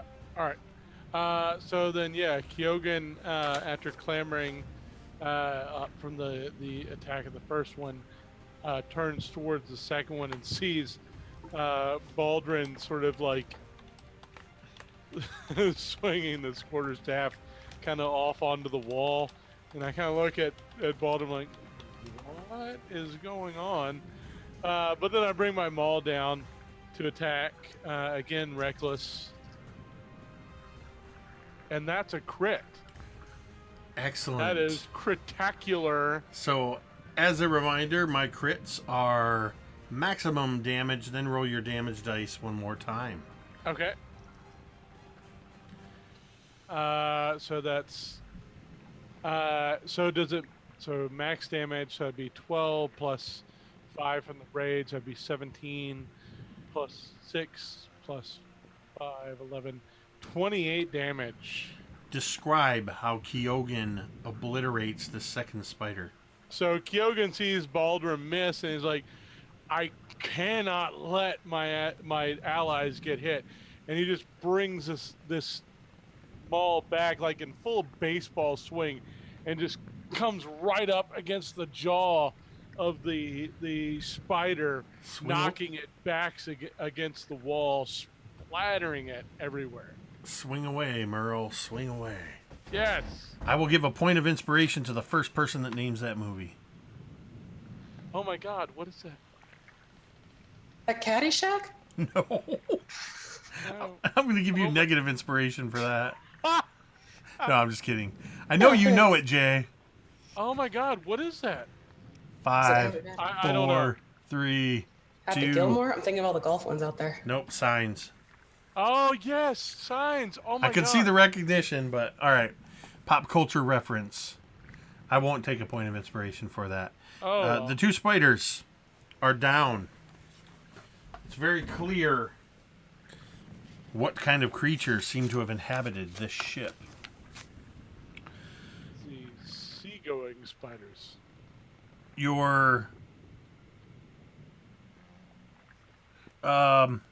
As you continue to move through this area after destroying these spiders, there is only one door to the south, or passage into an area where you can see light streaming down from above where the grate was. You can either go through the door or you can go through the grate, but in the meantime, everybody roll me a perception or investigation. I got an 18 on perception. 14. 18 here. 16 on perception. Baldrom and Tibbus, you both notice at the same time in a corner of the room, you see a glint of silver. It's a bit crude, but there is a silver bracelet lying on the floor. Your astute eye, Tibbus, quickly calculates that this is worth more than you're making on this entire mission. Couple hundred gold at least. I kind of glanced at Baldrom to see. He was glancing in that direction to see if he kind of saw it, but from the look on his face, yeah, I can kind of tell that he actually saw it. So I look at Baldrom and kind of do a look like, do we want to tell the others? You see the ever so slightest shake of Baldrom's head as he kind of begins whistling and just kind of slowly walks over. Or what he does is, yeah, he slowly walks over, taking a very casual swig from his flask. And he would bend down like he was fixing something on his shoe and attempt to pick up this bracelet. I'm going to ask for a sleight of hand. And I'm going to let him because I know that later I can steal it from him. I want a sleight of hand, and I want contested. Kyogen and Taryssia roll perception versus Baldrom's sleight of hand. I just got a 20 without adding anything yet. That's going to be a 23. I got a 22. You can use a reroll. Even if I rerolled, I rolled a nat 20. Oh, gotcha. Oh, you rolled a nat 20? Oh. How'd you do, Kyogen? You're muted. I got a 21. She caught it. That's all that matters. Taryssia, you see as Baldrom attempts whatever he's doing, you catch the glint of silver as he picks up this silver bracelet from the floor. Do you say or do anything? I pretty much just look at him like, you're going to share with the rest of us, right? And he kind of looks. Oh, how did that get there? Oh, imagine. Of course. Why don't I hang on to it for safekeeping? Oh. Well, I mean, it does, I suppose, look better on your wrist than mine. And he kind of holds up these, like, really thick arms. She takes it from him, and she puts it down the front of her bodice.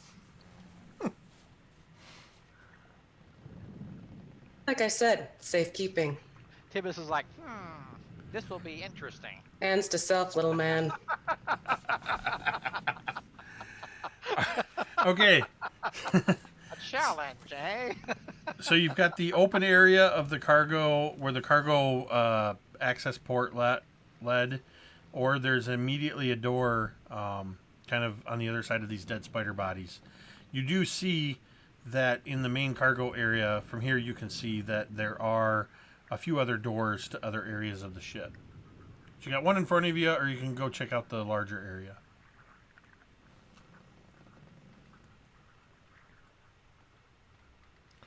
What do you want to do? There are a lot of spiders in there. How about the larger area? That's where the spiders are, little silly. You're very good at smushing them. So, in the aftermath of you slaying these large spiders, these giant spiders, you do see some of these fist-sized spiders crawling around. But they seem to be staying to the fringes. They're not moving away as you would normally expect creatures to do, but they are definitely kind of keeping their distance. But they're definitely also kind of keeping their many eyes on you. In this larger area, you can see that there is a door to the south, towards the stern. Two doors, one sternwise to the right, one fore to the right, and then there's another door at the end of the hall at the bow of the ship. So you have 4 doors.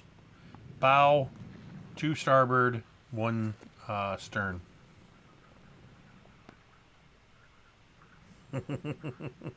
I picked last time. Someone else choose. So many doors, so many doors. So Kyogen smears like spider goo all over his body and then kicks open the door to the main area. Which area? There's no door into this big area. So there was no door to the main. No, it was just open. Cargo. Okay. So Kyogen just totally strolls in there, covered in spider goo. The spiders still they seem to be maintaining roughly a 10-foot distance from you, even if that means climbing up the walls or whatever. So you've got 4 doors in here. Actually, now that you're in here, you can see there is a 5th door towards the bow to the left. Ah, a door we did not see before. It is clearly the most important one. So, pick a door. Sounds good to me. So you want to go for the one that I just remembered was there? Based on an intelligence roll. What's that? It said Kyogen rolled an intelligence roll, and he totally believes that's the door that is the most important. Let's do it. Because we didn't see it before, so obviously it was hidden and thus important.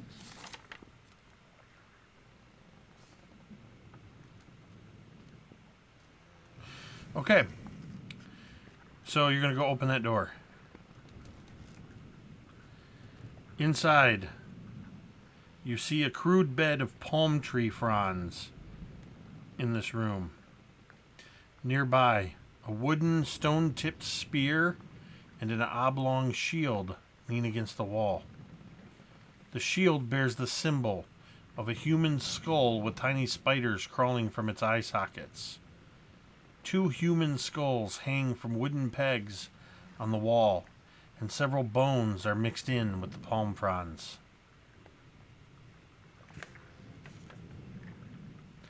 It's not a very large room, maybe 10 by 10.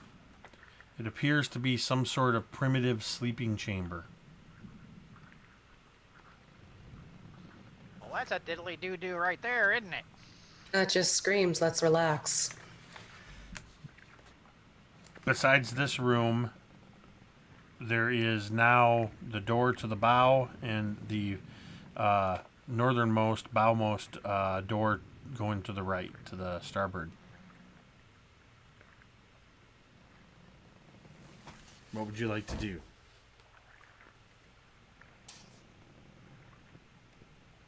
At this point. What do we got? Starboard. Kyogen found a mattress. Kyogen was wrong. Well, sleep is important.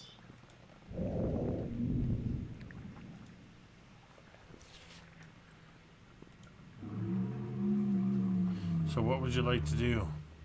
I'm just gonna start walking to the starboard one. All right. I forgot about the noise. Yes, there's always noises. Let's keep going. So in this room,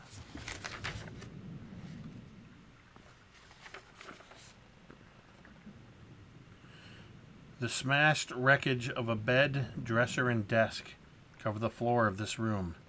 Thick webs extend from floor to ceiling, make it impossible to clearly see the wall beyond. Dozens of tiny spiders move through the webs. You get the hint that this might have been one of the crew members' rooms.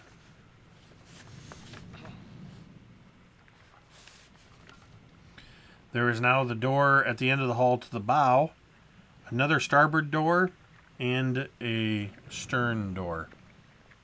Taryssia's just going to sigh, seeing the nursery of spiders, and go to the next door on the starboard side.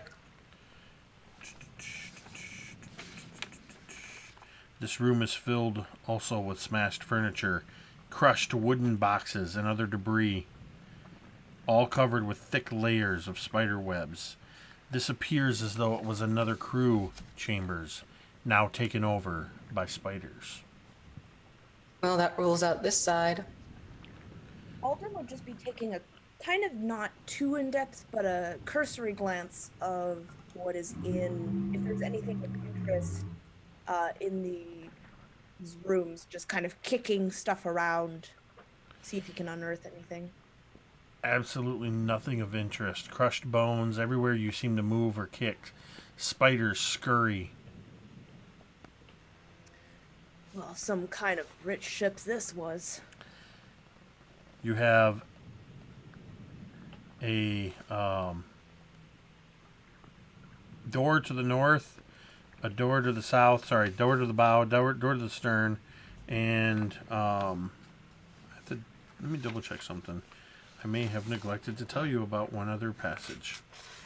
As you're kicking around,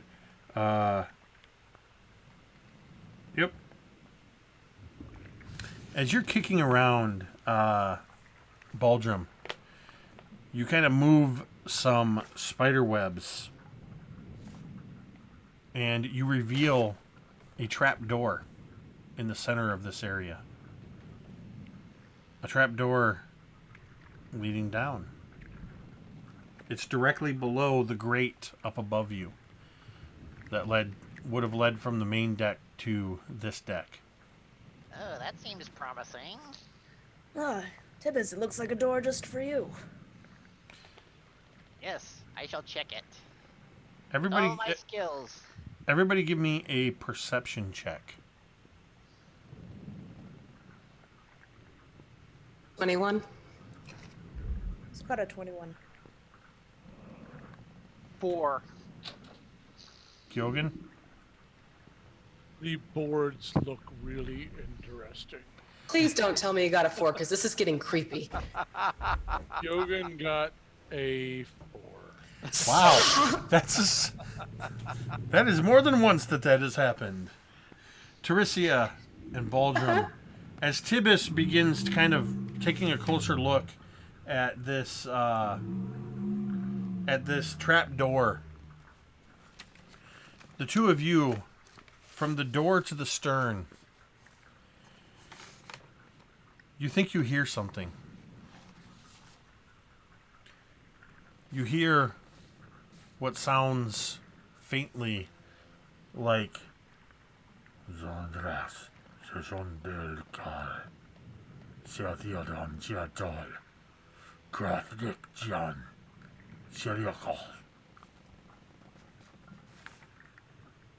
Creepy language, or creepy chanting in a language I don't understand. Because that's perfectly normal. Do you think it might be the spiders? I highly doubt that. Just checking. Sounds like some magic to me. We better check it out. What languages, Baldrom and Taryssia, do you speak? Elvish and Orc in common. I speak Dwarvish, Giant, and Common. Okay,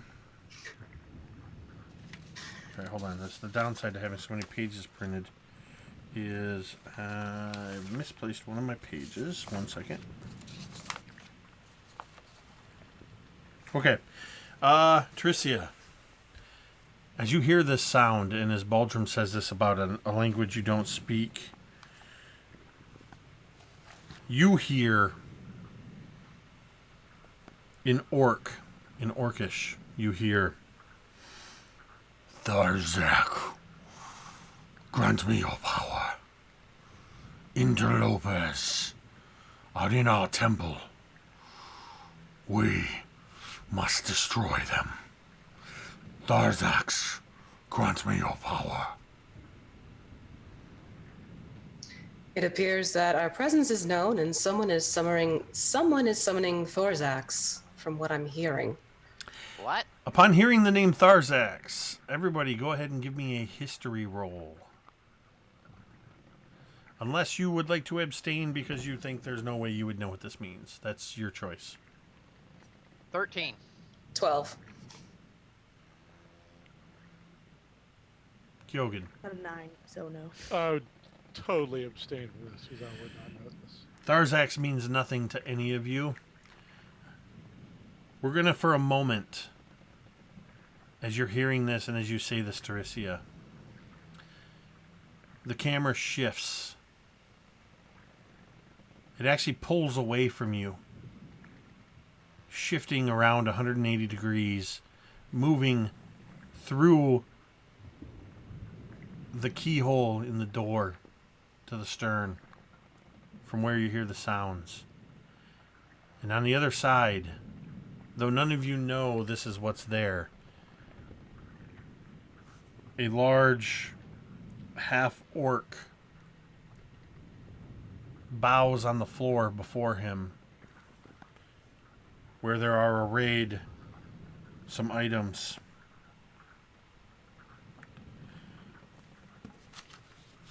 As this half-orc is lying there,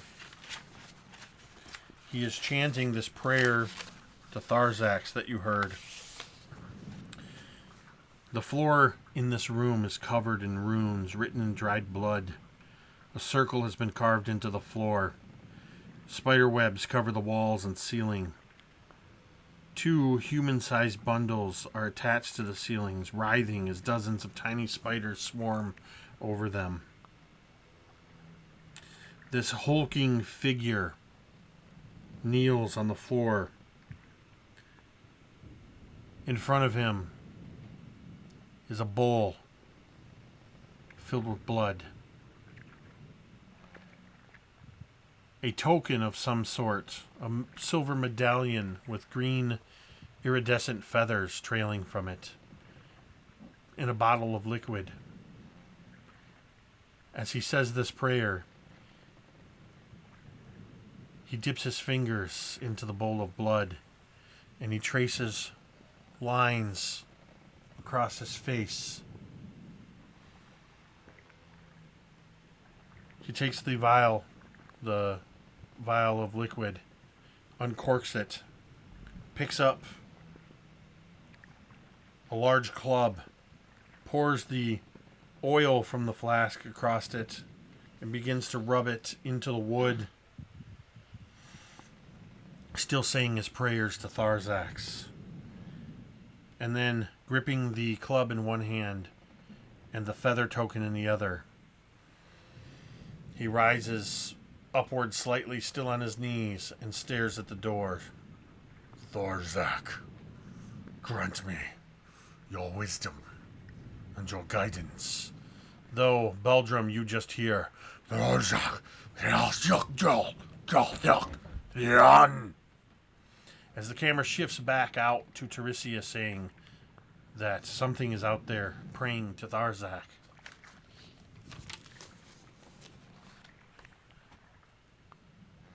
That is our brief cinematic moment. I take you back to our adventurers.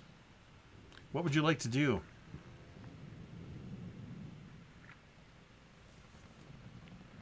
There's definitely something behind door number 1, and he's calling on some help, to put it mildly.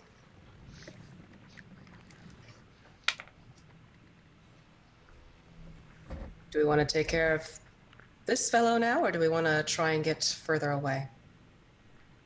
Well, he's not our target. We're clearly his, those. What? I'm trying to figure out this door. What are you doing? What's going on? There's a big bad guy behind a door chanting to his god. What? Well, we better stop that.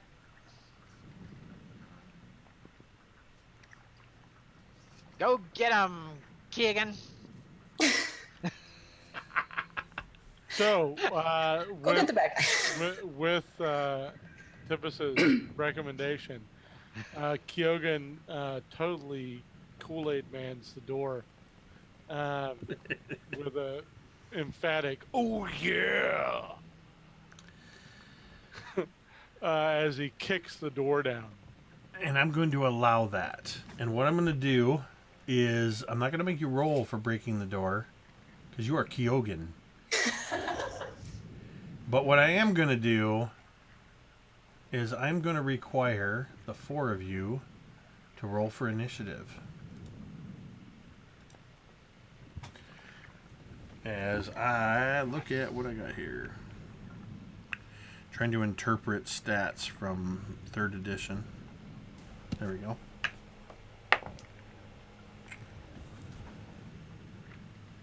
So that's... All right, Tibbus. In 3rd edition, you subtract 15 from everything. Right. Then I have an initiative of negative 15. No. Tibbus, what's your initiative? 14. Taryssia. 17. Baldrom. 13. Kyogen. 21. Kyogen, you're going to go first. Followed by Taryssia. Followed by Tibbus. And followed by Baldrom. And Krell Grogg. Going at the same time. Alright, Kyogen, as you burst through the door, you see a massive half-orc wearing some type of chitinous armor that appears as though it may have come from some giant insect. He carries on one arm a shield, very much like the one you saw in the other room, bearing a skull with spiders crawling across it. Except you see literal spiders crawling across this carved skull on this giant wooden shield. In his other hand, glistening with an oil of some kind, is a massive club. As he kneels in front of you, waiting for you to enter. So, mechanically, there's no advantage like prone. He's not really prone, he's just kneeling. So, what would you like to do? Alright, so bonus action, I'm going to rage. Full on barbarian style. And then I'm going to use my once a day ability that at 3rd level, you see these dark black necrotic wings spring from my shoulder blades. And I'm going to need a wisdom saving throw from that dude. Well.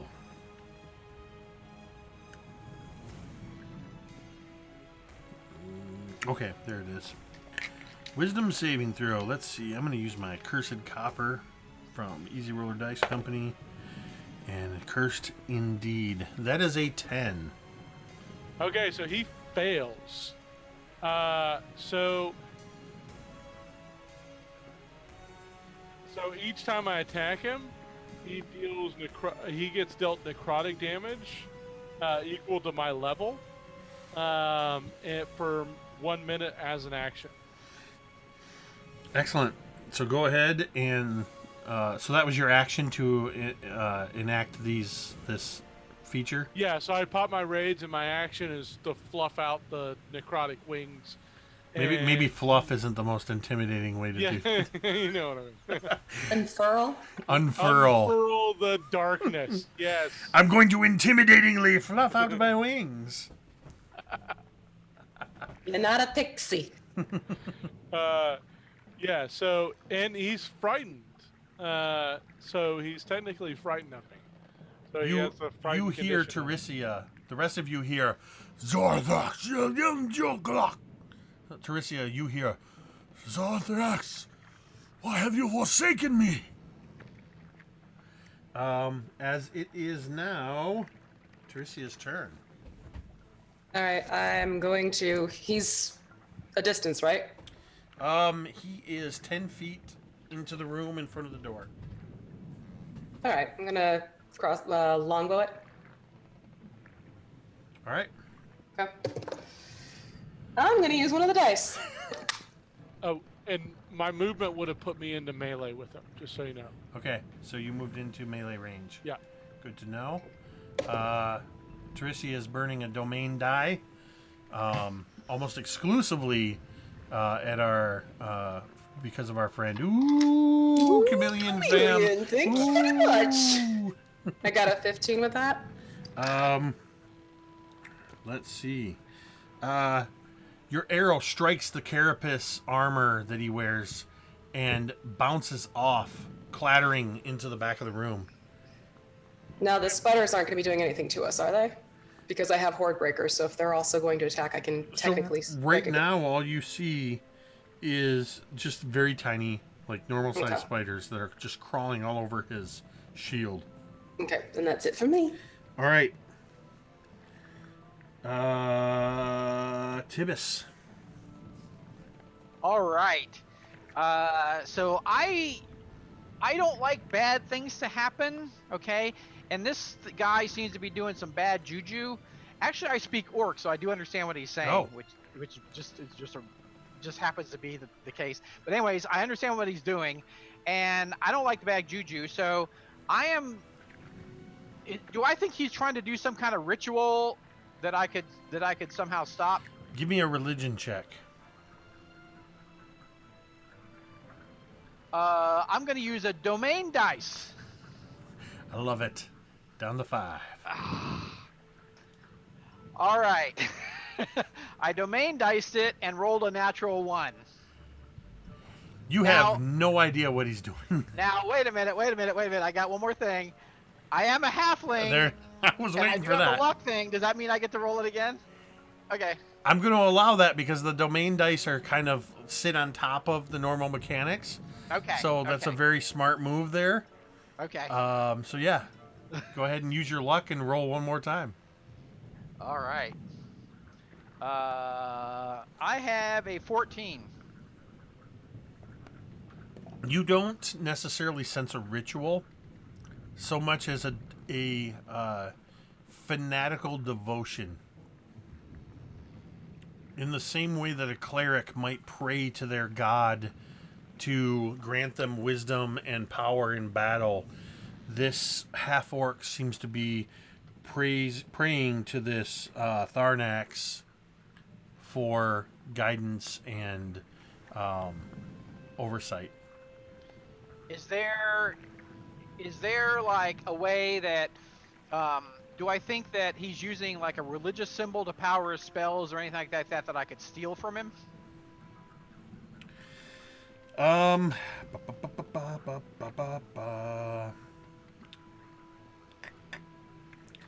gonna say with your religion check that you don't, while he does seem to be kind of praying to this deity, you don't sense a specific religious symbol. Okay. All right. So I am just I'm just amazed with Key again. Like, I think, well, maybe I shouldn't get on his back because that could be dangerous if those things pop out.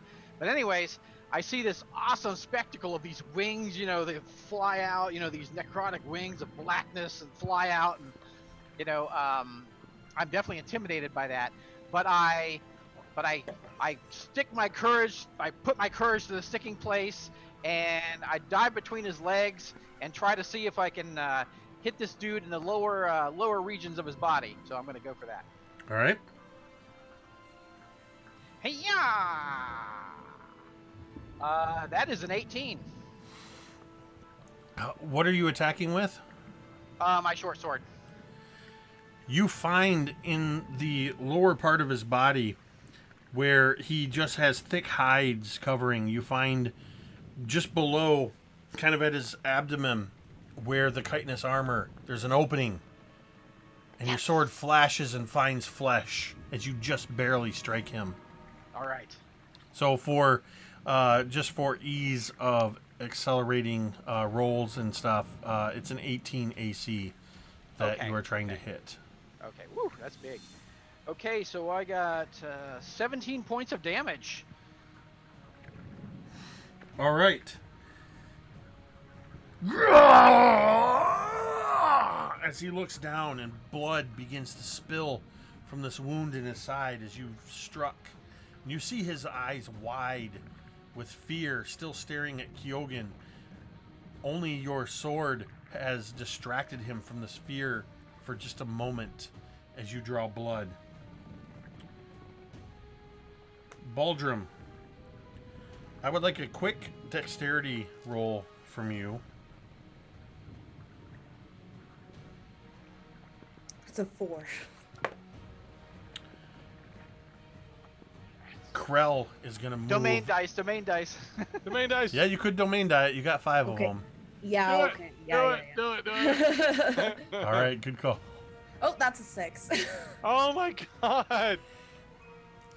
You start to I'm just gonna move. say, Jeremy is still here with us in spirit. You start to move. horse. You feel a bit of a divine inspiration that seems to kind of spur you forward a little bit more, but you're still not as fast as Krell, the half-orc, is. As he's gonna, you both have the same initiative, but he's moving just slightly quicker than you. As he, let's see with that wound if he's able to do this. He is.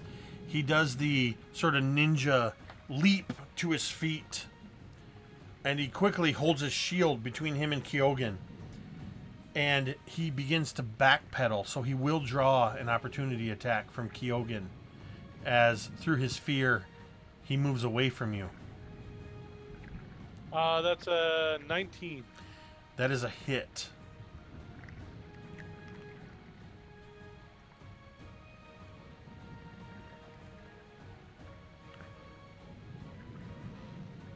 Yep. So it's 11 bludgeoning.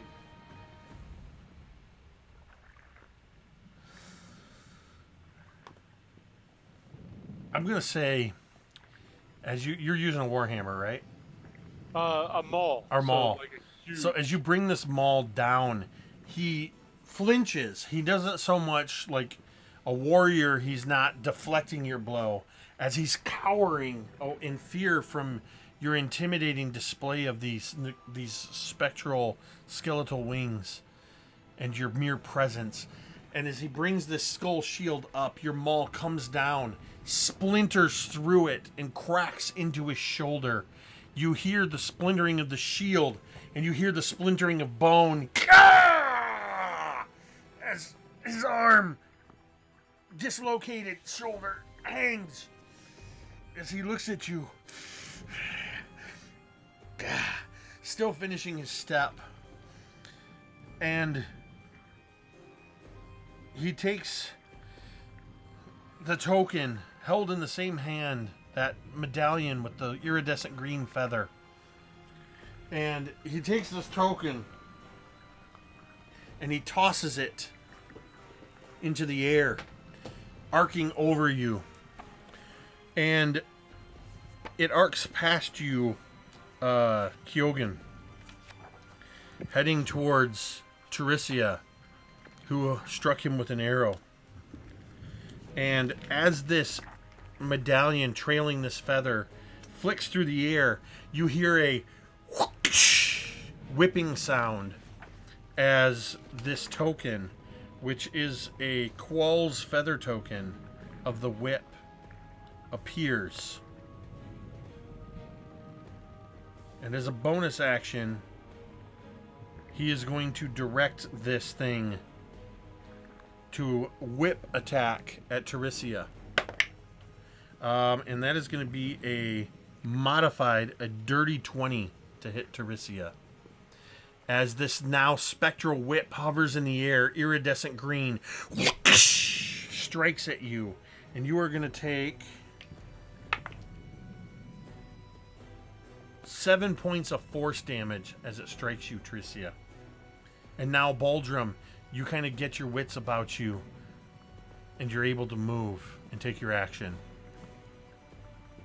The boat is pitching from side to side, which at first makes Baldrom kind of unsteady on his feet, but he soon regains his bounds, and he kind of clumsily starts towards what was his name? Krell. For some reason, I just realized that for some reason the domain die for 4 isn't showing up. I'm showing 3. You guys do have 4 available. I don't know what happened there. All right, so what are you doing?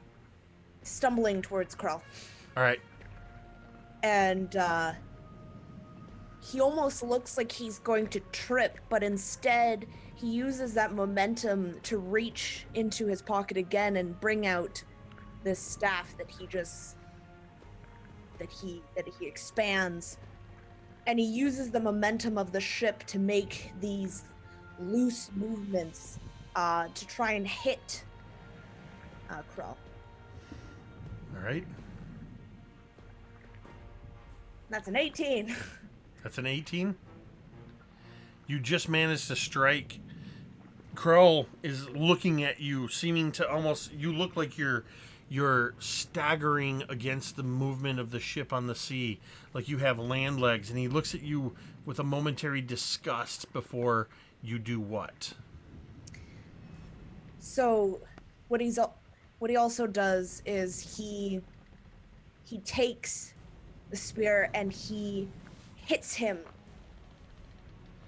into the side, and when Krell goes to flinch, he would take that opportunity to again use the momentum, and he's going to use a key point and make 2 unarmed attacks. Oh, nice.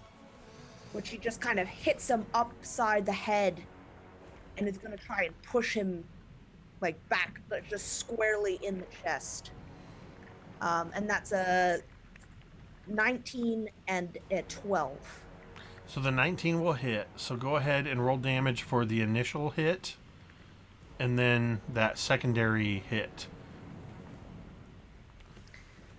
So that is going to be a total of 14 points of damage.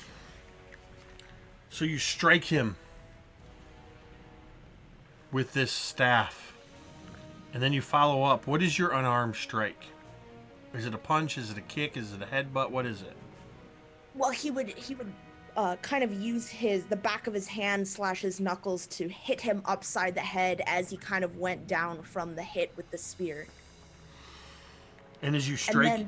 Oh, sorry. Go ahead. Oh, sorry. And then you almost see after he hits him, you blink and he's gone for a moment.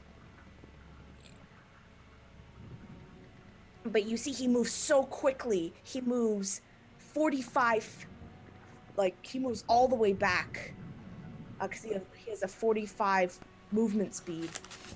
And it's a free disengage action. Because he used Fury of Blows. Which direction do you go?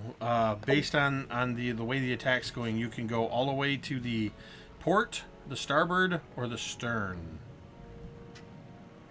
He would go to the starboard. Excellent. And as you do this and you strike him, and then you follow through with this backhand, teeth go flying. Teeth go flying out of his mouth and a spray of blood clattering across the floor. His dislocated arm just hanging there as he still clutches at this club in his hand. Who are you? How have you come to be here? He says in common. And Kyogen, it is your turn. Do you respond to him, or what do you do? Oh yeah, so free action. I respond with, I am your demise. He spits 2 more teeth and blood onto the floor, but his eyes betray the fear that is still there for you, Kyogen. Whether through me or some other Zarthax will claim your souls. Do what you must, infidels. And with that, reckless attack right across his face. All right, make the attack. That is a 19 to hit. It's a hit.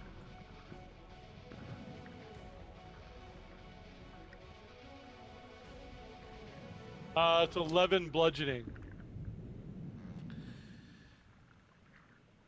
I'm going to let you, in a moment, narratively describe how you kill Krell, Grogg, All right. the half-orc. But as you're swinging your maul for the killing blow, that one arm hanging limp, seeing the blow coming, he drops his club to the ground. He closes his eyes, arms to the side, waiting for the blow to hit.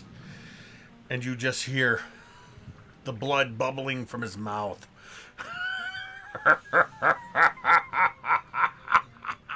How do you kill Krell Grogg? As I'm bringing the hammer down across his skull, I fully say to him, if this is all that you can bring to Kyogen, I am prepared for anything else. And I just bring it down right across the top of his skull, spattering his brains onto the floor, because I don't really care about him. As you do this, as you bring your maul down, and you say, I am prepared for anything else, at the moment that your maul shatters his skull, the entire ship lurches hard to port as you hear a tremendous roar from below and all around. Something has struck the ship hard.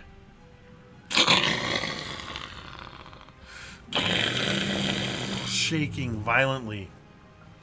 And you can begin to hear these sounds from outside of something massive that sounds like it's attacking the ship.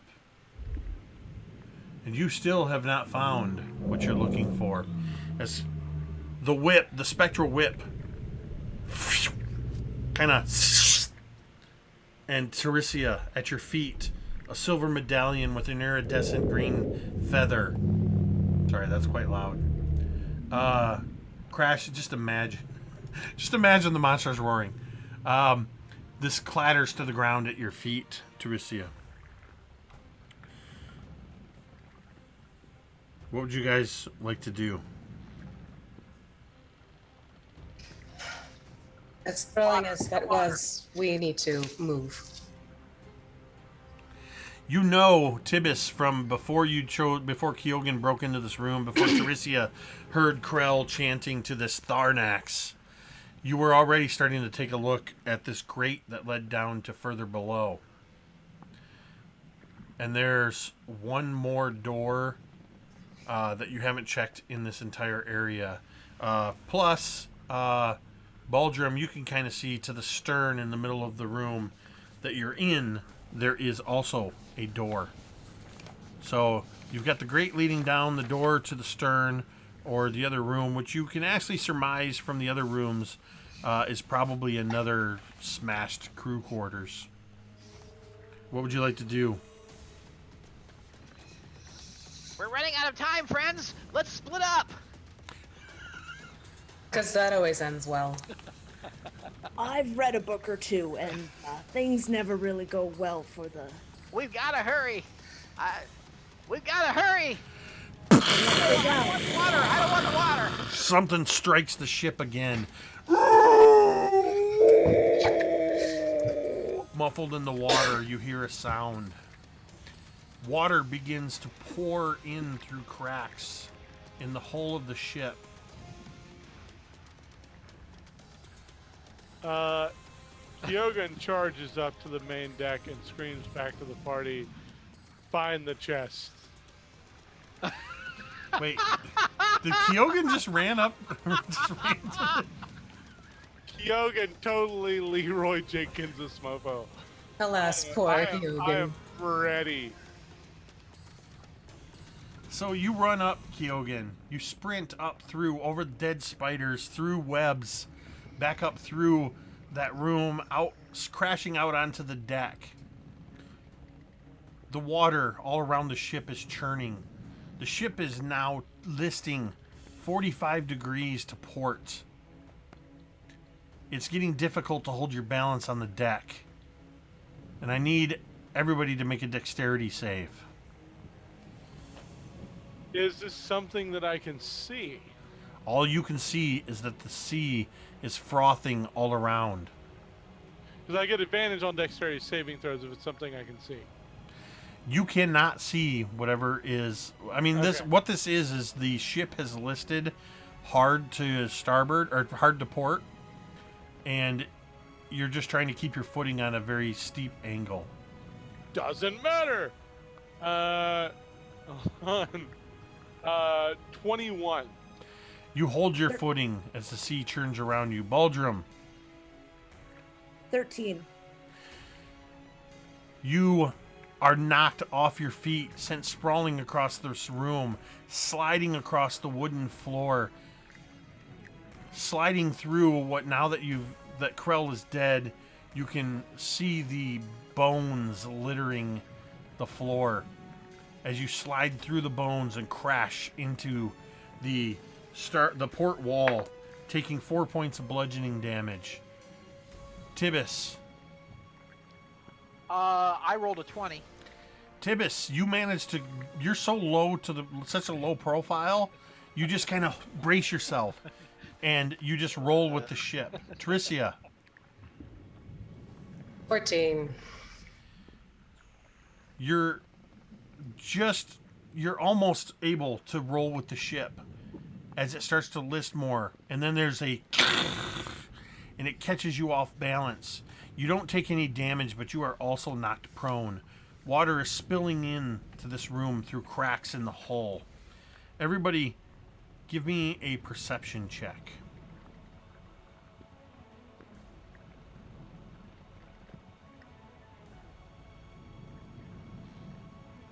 Go ahead and That's shout them another out. 13. 10. I'm looking for anybody over 14. 23. Kyogan's at 15. Kyogen, you see in the frothy sea, just below the deck, you see a massive shape moving. You can't quite make out what it is, but something massive, a shadow under a shadow, shifts around the ship. Tibbus, you see through new cracks. You catch a glimpse of not one, not two, but half a dozen tentacles writhing in the sea beyond. What are you guys going to do? You're muted, Scotty. Do I also see the box? Not in this area. There is still a hatch that leads down below decks. All right, I scurry like a bilge rat. Put my courage to the sticking place. Scurry like a bilge rat, and go to that little door there. You go to the hatch, quick. Yeah, Give the me hatch, just a dexterity. You can add your proficiency or sleight of hand or whatever, as you're going to try to quickly get this thing loosened. 18. You find exactly the right way. There's just this moment where, as the ship is hit, you kind of lean into that momentum and you pop it loose, and you slide the hatch to the side, and you can see that there is a water-filled hold below. Barrels and crates are floating in the water below you in the hold. Do I see that box? That I think would be the box. Give me a anywhere? perception check.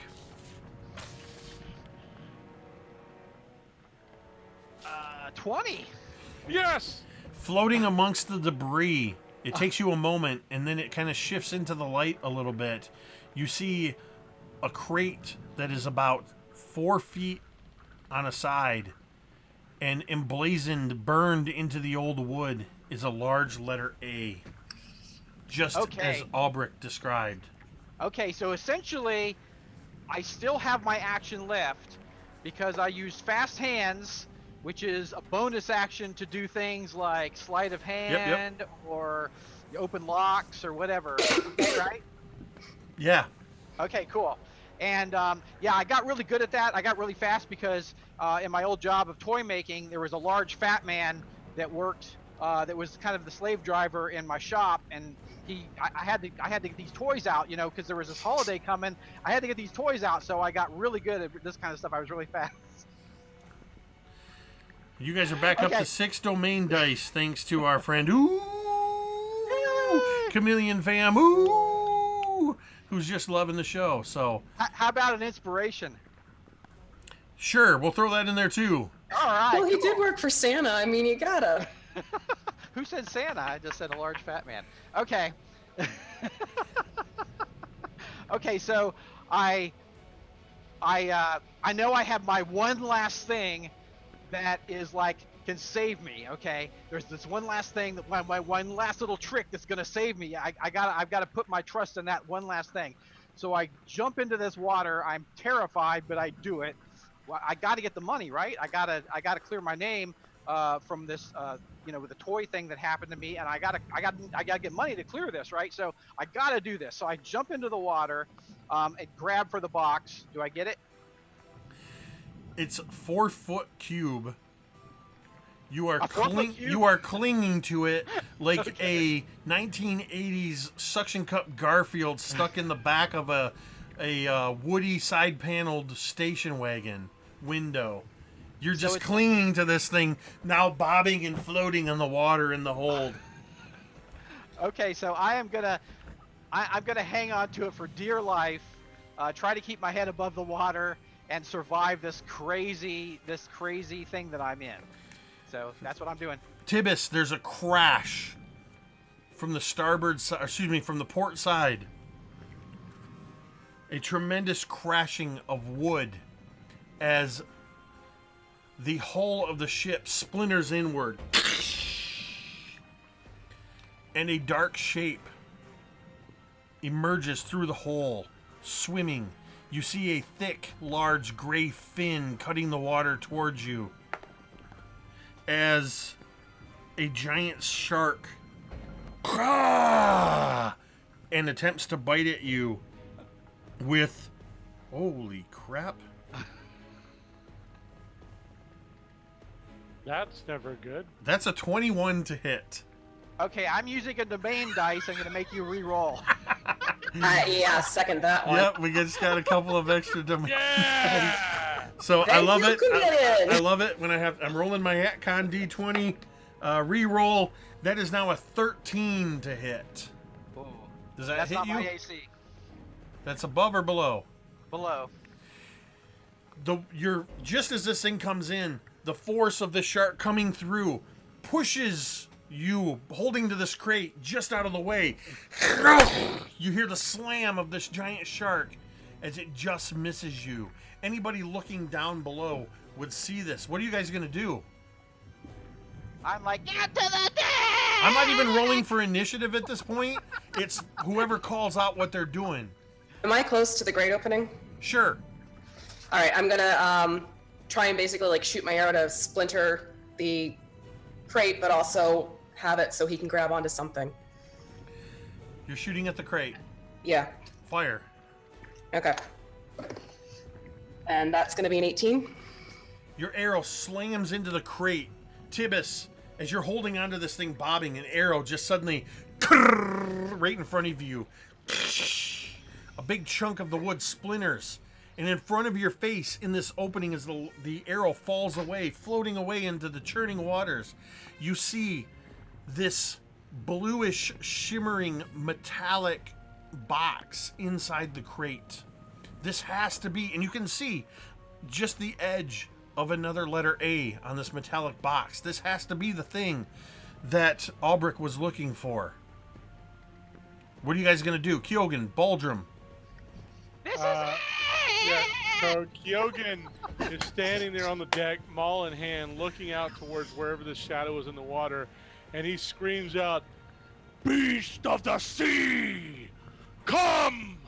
Meet the beast of the land, Kyogen! As you do this, Kyogen, there's a cloud of darkness churning in the water. The white froth turns black with ink as you see tentacles begin to rise out and around the ship. And you see the ink cloud from the giant squid that is attacking the ship. You can now see as its bulbous head begins to rise out. You can make an attack if you wish, Kyogen. Oh, I'm totally jumping off the ship onto his face. Oh, no. All right. He's going to fight the Kraken. I am reckless attacking, bonus action rage, and going after this mofo. All right, do it. Kyogen, your friends need you! Help us, please! That is a 22 to hit. That absolutely hits. Roll that damage. That is 13 bludgeoning damage. With a wet thud, your maul just hits this thing's bulbous head, and there's a split, and it's no blood that pours out, but more ink. Baldrom, what are you doing in the meantime? Baldrom is going to lower a rope down to Tibbus and tell him to wrap it around himself and the whatever he needs to bring up. Preferably what you need to bring up first. Tibbus, give me a dexterity, sleight of hand, whatever works for you, to take the rope and secure it, and you can roll with advantage because Baldrom has lowered the rope to you. Man, what? Yeah. All right, 21. You are able to deftly wrap the rope. As it comes down, Baldrom just kind of gives it a flick, and it seems to kind of form a loop that you just kind of guide around.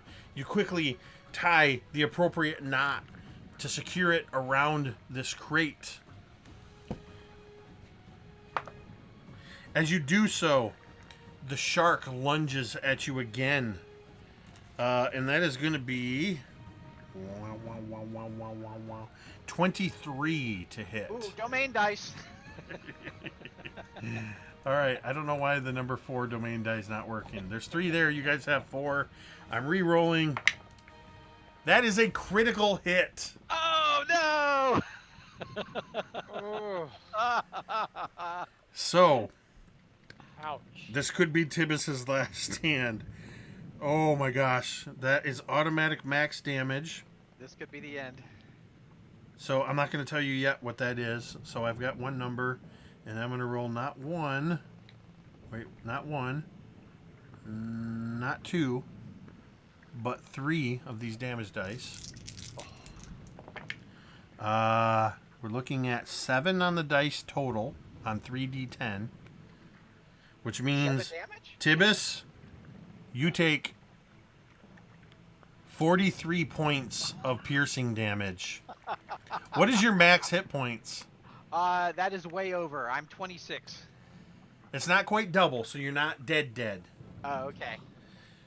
But Baldrom, looking down, you watch as the shark lunges out. It flashes at the crate that is now securely tied. And with a spray of blood, Tibbus disappears with the shark below the waves. What are you going to do? Hold on. Taryssia, what are you going to do? Because you see this too. Is he attached to the rope? He was not attached to the rope. He tied it He was around not the attached box. to the rope. How far is the crate? It's about 15 feet below you. Yeah. I'm gonna stab my rapier into the rope that Tibbus is on to try and stop it. And use it to scale down. All right. Give me a dexterity check. We'll call it acrobatics, athletics, whatever you want. 16. You slide down the rope with that elven grace and land on this crate that is tied and floating. You can see the shark fin trailing a frothy spray of blood behind it, the unconscious form of Tibbus in its mouth. What are you going to do? I still have an action? Nope. You mean that's not an action to climb down? I was gonna say, didn't I use my action going down the rope? Nope, that's not an action, that's movement. Oh, it's not, okay. All right, then, I'm going to, what am I gonna do? Crap. I'm gonna try and reach for the box in the crate. You're on the box in the crate. So I'm gonna reach down and grab the glowing metal box. All right, you have to break apart the crate that you're standing on to be able to pull that box out from inside the crate. All right, so I'm gonna pull at the boards. All right, you begin pulling at the boards. Baldrom. Taryssia has dropped down and is pulling apart the box to get at this crate. Tibbus is bleeding out in the mouth of this shark. What are you going to do? Oh my God, saving throw? He's gonna jump in, Oh, Baldrom, I'm sorry. just full on jump, and try and get to Tibbus. So you're just diving down into the water. All right, give me an athletics check to swim towards the shark.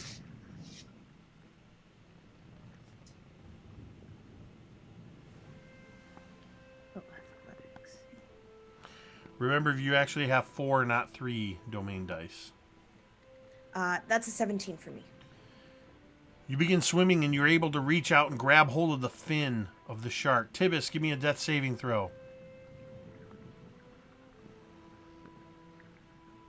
You're muted. 17. You're lucky because I enacted Cholt early on, and because somebody said it in the chat, unbeknownst to all of you, you are in meat grinder mode because of the death curse. You needed a 15 or better on your death save, and you got it. That's one success. Kyogen, you are standing on top of this writhing monster of the sea, this giant squid. What would you like to do? Off in the distance of Kyogen's mind, he feels really bad at the moment. But that being said, yeah, so he's going to just attack recklessly. Do it. Again. Roll it. Yes! Crit! All right. Shut up! I shit you not. That's awesome. That's awesome. All right, so automatic max damage, and then roll your damage die additionally on top of that.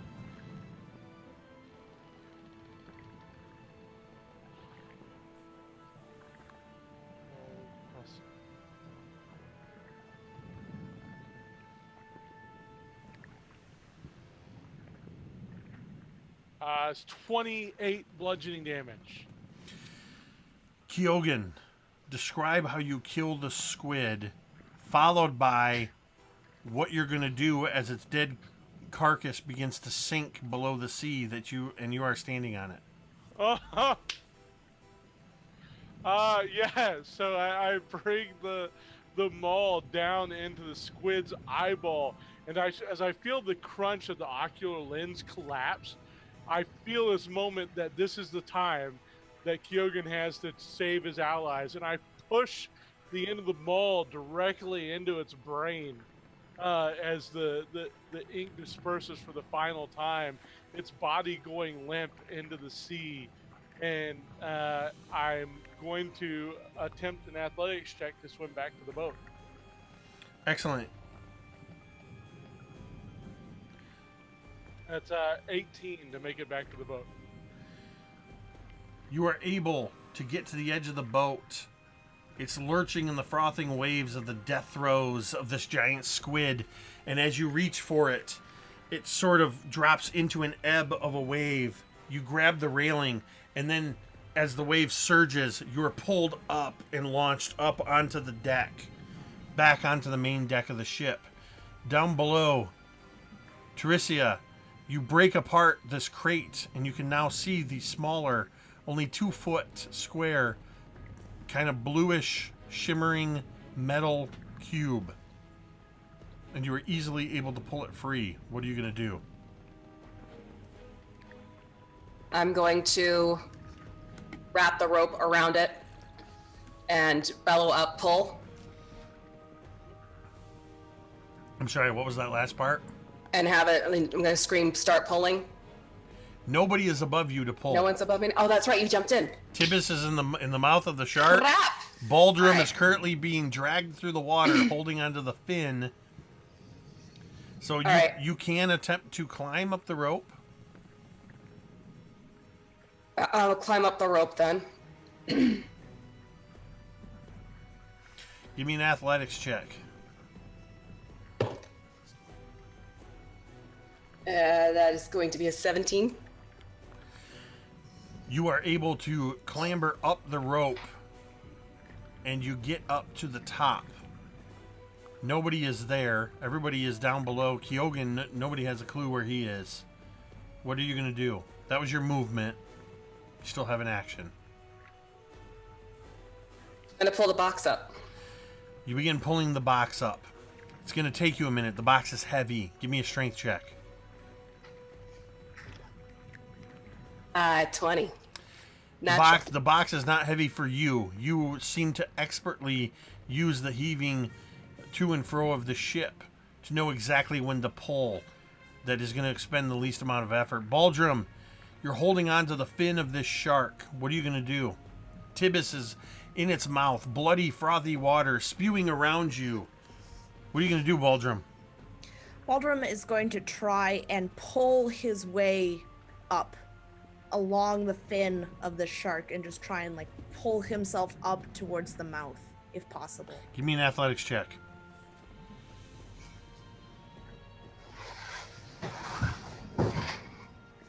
It's a 20. You are able to do so. We'll call that your movement. He's gonna try and once he gets up towards the head, he's gonna try and punch hit the shark in the nose in order to like try and stun it. Make an attack. Rip.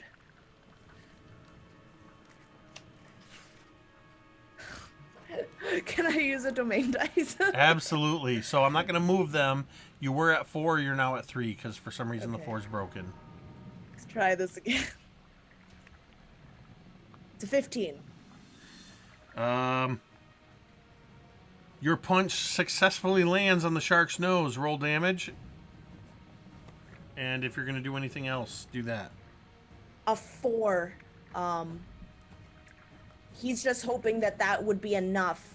Because he doesn't want to have a tug of war with the shark and Tibbus. I don't think he would win. But he's just trying to get the shark to be stunned enough that it releases its grip.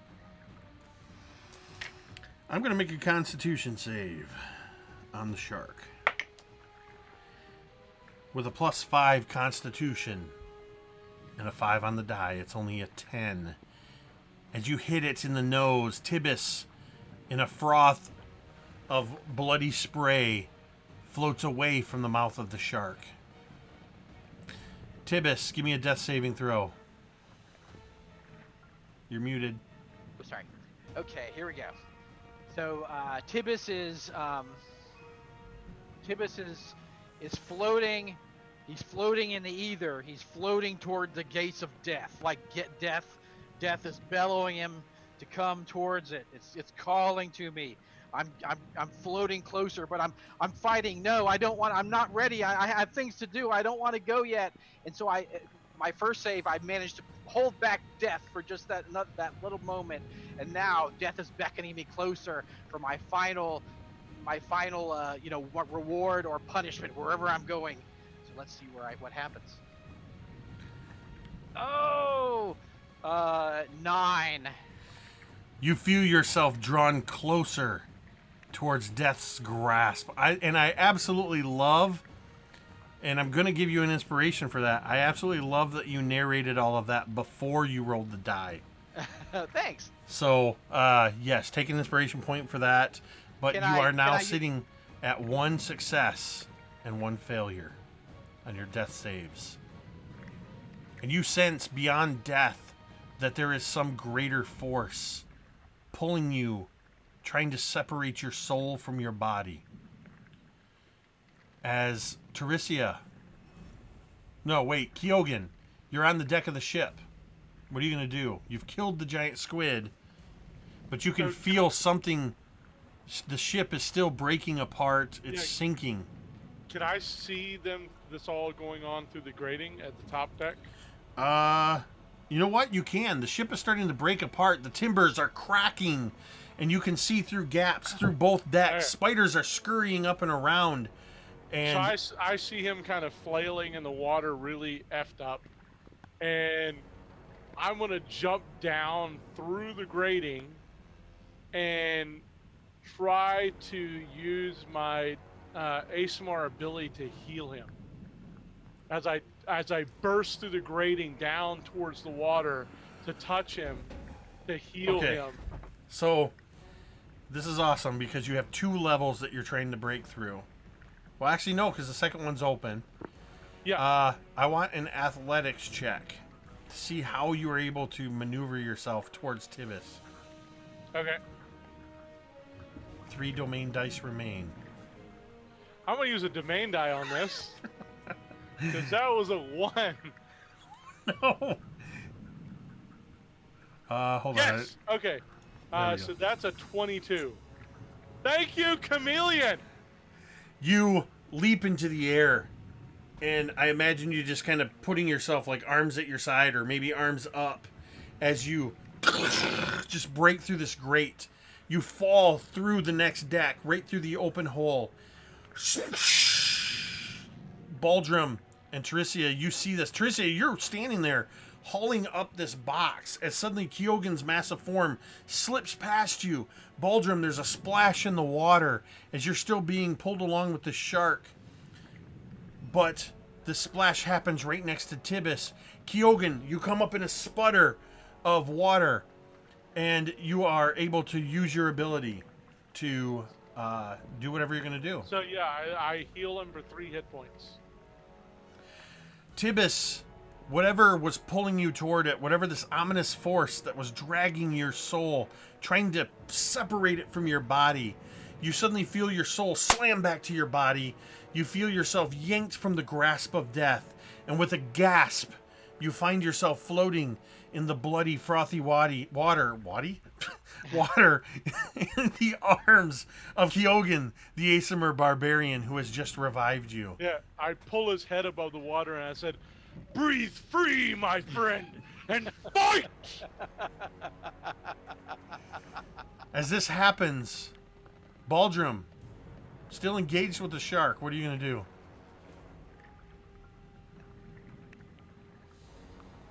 Seeing that Tibbus is finally free, he's gonna try and just let go of the shark and let it hopefully swim away as he kind of he wants to swim back towards the rope. You are able to do so. You simply let go of the shark. You begin swimming in this churning water towards where Kyogen and Tibbus are. And as you do so, 2 domain dice remain. As I just rolled a 25 on the shark attack at Baldrom. Are you going to let the attack hit, or are you going to make me re-roll? No, I'll let it hit. Oh, Anybody can call a re-roll. Reroll. All right, Kyogen's calling the re-roll with 2 dice remaining. I'm going to roll the same Atcon D20 again. With a 12 on the die and a +9 to hit. That is a 21 to hit. At least it's not a crit. But I will be rolling 3d10 against Baldrom. That is an 8, a 9, and a 5 for 22 plus 6 is 28 points of piercing damage as the shark's jaws clamp on your legs. Are you conscious, or did that knock you out? That knocked me out. Baldrom is dragged below the water. Tibbus and Kyogen, you see this. Taryssia, you see it down below. Taryssia, you have successfully pulled the crate up onto the deck that you're on as you see the shark pull Baldrom below. Part of its body still visible. What are you doing, Taryssia? Is Tibbus still attached to the other end of the rope, right? Tibbus was never attached to the rope. Well, I thought he got it tied around him, no? No, he tied it around the crate. Okay, then I'm going to try and shoot the shark. All right. That sounds like so a weird wrong. euphemism. That sounds so wrong. It sounds like a weird euphemism, but it's not. And I got a 18 on that. At least you're not jumping the shark. Yeah, that would be a problem. Maybe Hyogen might do that one next. Taryssia, you hit the shark. I hit the shark. I shot the shark, and he's going to get the God, I'm getting tired. That's 6 points of damage, piercing. With a dirty 20 for a con save, it's still holding on to the unconscious form of Baldrom. 1 domain die remains. But Baldrom, we'll get to you in a minute. Tibbus, you've just been revived. In the arms of Hyogen, what do you do? Okay, I am like a little rag doll in his arms. I mean, he's a mammoth man. I'm a teeny guy. So I'm like kind of leaning over his shoulder, and like I'm right next to his ear, and I lean over and I say, Keegan, I knew you'd come back for me. I knew it. I never gave up. I didn't. And so then he's like, we can't let our friends die. And so then I hit the thing that I've been hiding this entire adventure. I slap my chest, and Keegan hears this kind of blowing, and I kind of puff up a little bit, and I have like this flotation device that I created because I was so afraid of the water. So I crawl up. I'm crawling up Keegan's head, and I'm in his face, and I'm crawling on his head. And my feet are on his shoulders, and I'm like, yeah! And I push off of his shoulders. I go for the shark. I am going to try the craziest maneuver.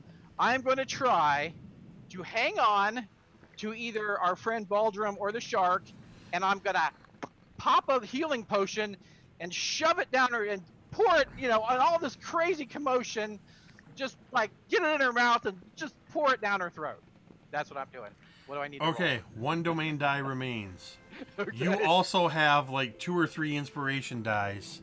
Yes. I would like you to roll. I'm gonna dealer's choice. Athletics or acrobatics? Okay. I think it will be acrobatics. Impressive as possible. Okay, I got 18. You describe how you successfully, through all of this chaos, get this healing potion into Baldrom's mouth. Okay, so we kind of cut back to me being on Keegan. I like fly off his shoulders, splash into the water next to Baldrom. I'm grabbing around like crazy. I latch onto. Does Baldrom have a beard? Okay. A magnificent one. All right, cool. So I'm grabbing for onto demonstration purposes. Or Scotty. I'm grabbing onto it with one arm, and I'm like, "You're not leaving us! You're not leaving us!" And I pop that potion, shove it in her mouth. I'm trying to, the shark and all this craziness is going on. I'm trying to pour it in her throat. It's half pouring down her face, and some's getting in her mouth, and so she can roll a potion, healing potion. Go ahead and roll 2d4 plus 2, Baldrom. I mean, he. That's a 6. With 6 hit points, you are awakened, still in the jaws of the shark, I might add. Your head barely above water as Tibbus has shoved this healing potion into your mouth. What are you gonna do, Baldrom? Break free! Break free! Baldrom is angry now. This stupid shark. He is just. Stupid shark. He's just going to. We switched positions. He wants to actually. He wants to. This is just gonna be for flavor. But he wants to shove his retractable thing down its throat and push the button. But I'm okay with doing it as just a regular. Just for clarification for the audience, the retractable thing is a quarterstaff. As with that soft R, Baldrin is attempting to. Never mind. I'm not even gonna go there. Skewer the shark. Make an attack. Oh, that's a 22. All right, roll damage. Meanwhile, he is just punching the shark with the other hand, and he's gonna spend another key point and do Fury of Blows. Because why not? So that's a 15 and a 21. All of those hit. All of the damage. That's 15 points of damage in total. The shark releases you as you jam this expanding thing down its throat, punching it as a follow-up. It releases you and it swims away from you. All around you, Taryssia at the top with your bow drawn, this blue crate next to you, Kyogen and Tibbus in the water, Tibbus clinging like a small wet child to Kyogen, whose spectral necromantic wings seem to just be starting to dissolve away. Baldrom beating the crap out of the shark. The ship is just literally disintegrating around you as the shark dives down and disappears. Taryssia, you're able to grab hold of the box and hold on tight as literally the ship just sinks around you. And in a moment, as the waves are frothing all around you, you see the last of the ship sink. The four of you floating in the water as the dwarven rowboat quickly makes its way to you. And the dwarves cast ropes into the water to pull you out. Your wet, battered, but victorious forms are pulled into the vessel. By way of epilogue, Ulbrich tries to keep secret from you what was in the crate that you secured. But Taryssia, I imagine in particular, there was no way in the 9 hells you were letting him or that crate out of your sight after what you guys went through. And finally, he admits to you that this is what his plan was all along. And inside this box he actually, to open it, he mutters a word, Tildavarius, which he later explains to you as the name of the greyhound that he was painting all over. It was his childhood companion, his childhood dog, Tildavarius.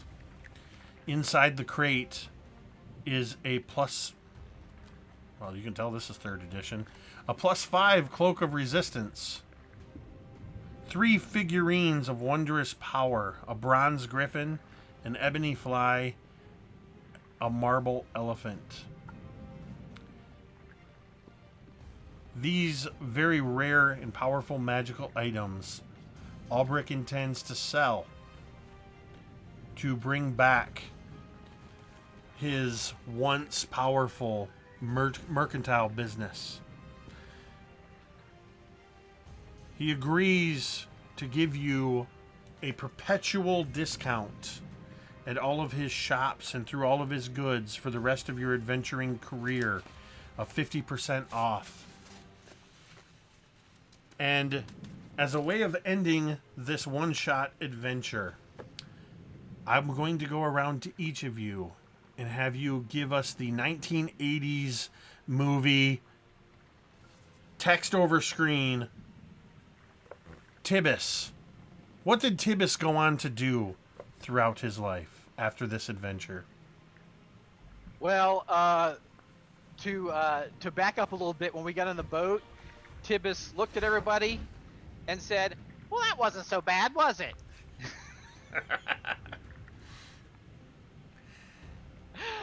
So then move forward.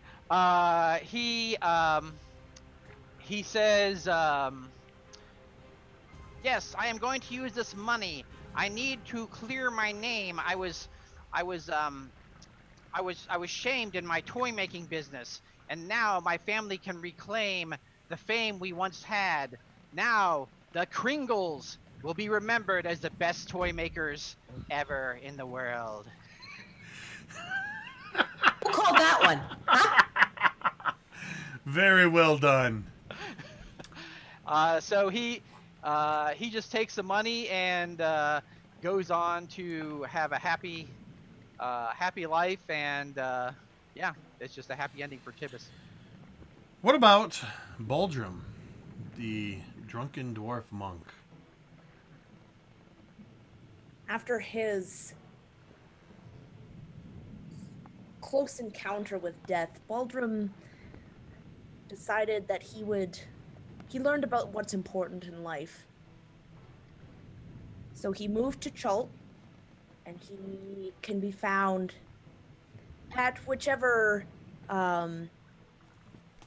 place will accept him, and he just drinks Tej every night and regales to whoever will listen the tale of how he almost got killed by the largest shark there ever was. And there was 5 of them too. as a side note, we've got to figure out a way that Baldrom is going to be in Chult for the Sunday night Chult campaign. Yes. That Megan is also a player in. Baldrom is now canon in Chult. I absolutely love it. What about Taryssia? What does Taryssia do after this? Well, before she departs Waterdeep, she turns to Kyogen and she puts something into his hand and closes his hand over it and just kind of gives him a smile and pops her hood up, and she leaves to go back to her cottage to her 2 boys, and she's using the money for her 2 twins to send one to become a cleric and the other to become a wizard, as they've always dreamed. And as she's walking off, Kyogen's going to open his hand and that bracelet is going to be in it. And Kyogen, what is Kyogen's epilogue? Before the interaction with Taryssia, Kyogen takes the gold from the adventure and goes back up to the little man who contracted him to do the work and shoves the bags back in his face and says, "Were it not for Kyogen taking out the beast outside the ship, you would have nothing." And he reaches down and grabs the griffin statue. The power, the figuring of power of the griffin. Kyogen will put this to good use to find out those who killed his clan. And then as he's walking out of the room, Taryssia comes up to him and stops him and hands him this object into his hand, and he looks at the bracelet and he thinks longingly of how he never has had anyone close since he lost his clan, and he realizes that through this adventure and reaching out to those he doesn't know, for once in his life he does have someone again. Albrecht Dralian goes on to cut a deal with Wakanga Otamu and the shaman. he gains his monopoly over the spices for selling the remaining magic items. And within a matter of only 2 short years has become one of the most powerful merchants along the Sword Coast. Some rumors say that he is on the fast track to become a merchant prince of Port Nyanzaru. For rumors from the south talk of Queothe, the merchant prince who has gone rogue and declared herself overseer of the Slaver's Run. Eventually, word reaches all of you that Aubric Drellion's fleet, which some say number in the dozens of ships, has 4 flagships that sail to the 4 corners of the world. The SS Tibbus, the SS Taryssia, the SS Baldrom, and the SS Kyogen. The Kyogen being the largest ship of the fleet. And that is where we are going to end the salvage operation. Oh my gosh, for the last hour, I just about threw my papers over my shoulder. Because there was so much action and adventure. I'm like, I don't need to look at stats and worry about numbers. It was clear that the adventure had turned heroic, and I did have, for those that are a little sticklers for rules, I did have the giant shark stats here. Normally I try not to do this too much. I added the giant shark. There wasn't one. And after I added it, I realized I added a CR5 monster into this encounter. I looked at its hit points, and it's got like 11 D12 plus 55 hit points. So I realized, obviously we had two characters that almost died, but there was a very real possibility of that. But it became clear that the adventurers were going to become heroic.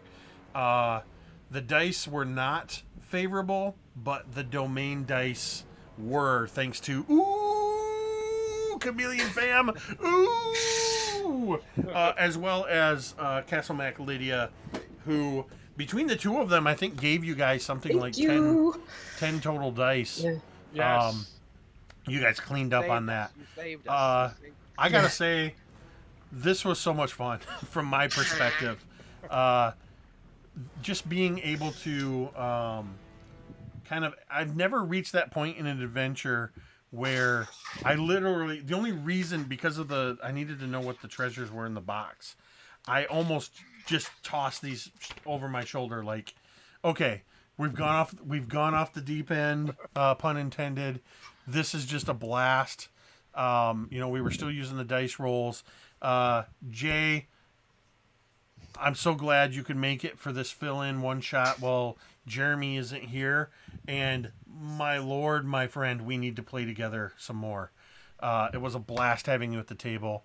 And of course, Scotty, Megan, and V, playing with you guys every week has been tremendous blast. I am eager to get back to the Sunless Citadel. So I'm going to go around the bye. I'm going to just disappear over here for a minute. I'm going to go around the horn one last time and let each of these phenomenal players have the last word, final thoughts, and plug whatever you want to plug. And we're going to pop up with Mr. DM Scotty first.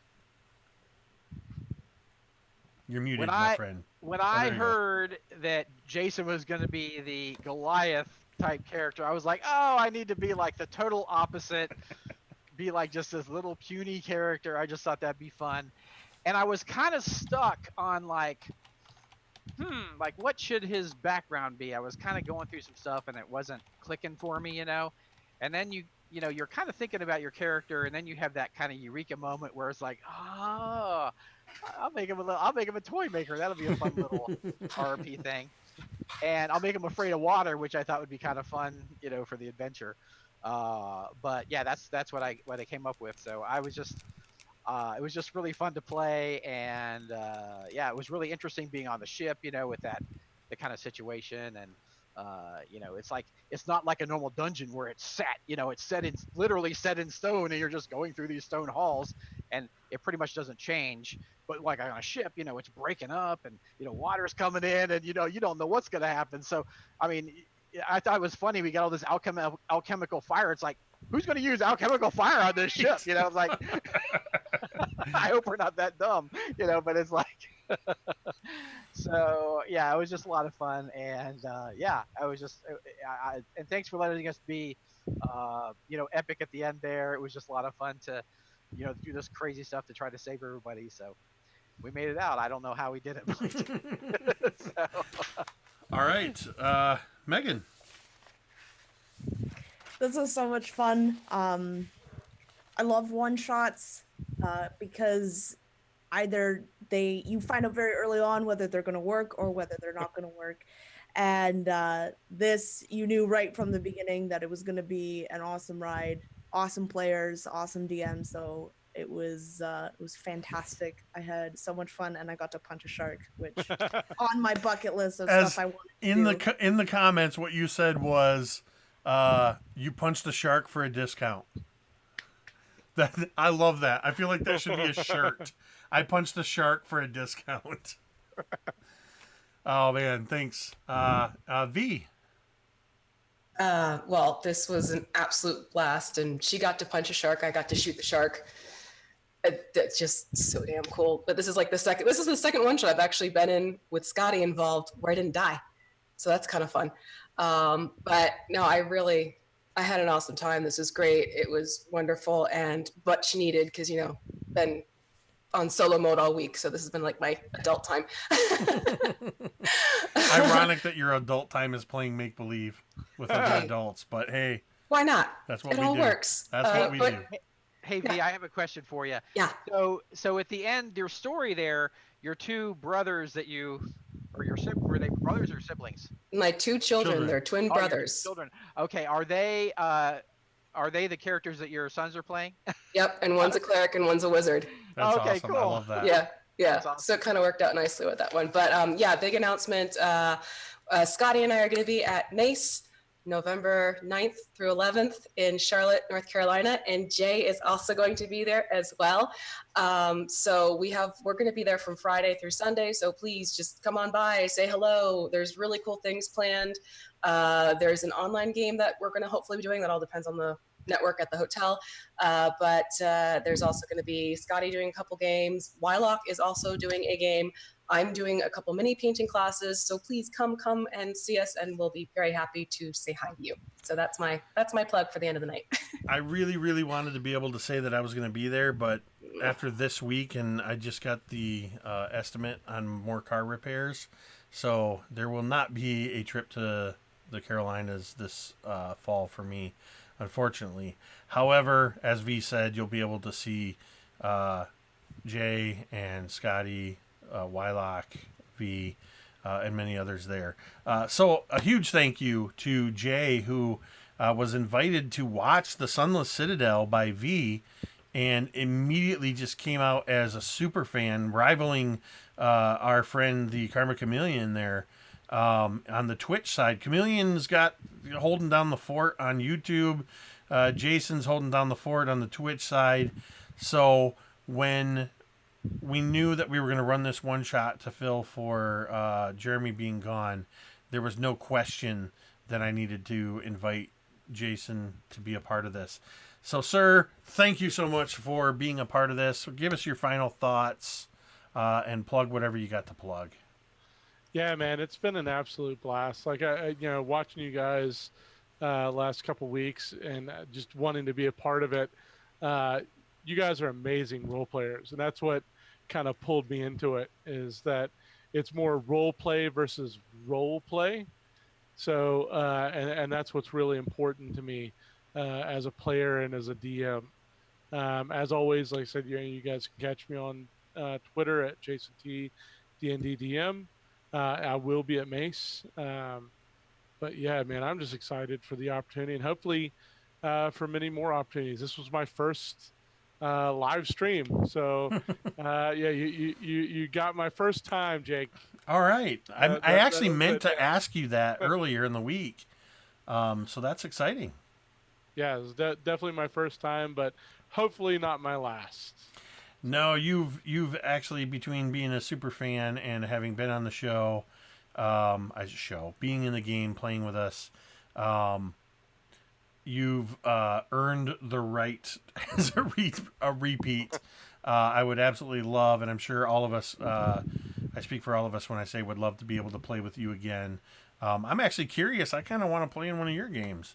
I've seen you on the player side, and I always love running games and playing games with other DMs. Our Cholt game is for people who are all DMs with unique styles that are fantastic DMs in their own right. So, and I know everybody here has worn the DM hat quite extensively. So, except for V, apparently. So, one day I hope to play in a V game. Yes. But I've got enough going on. but thanks, Jay, and thank you, Megan, Scotty, and V, just for being a part of the weekly game.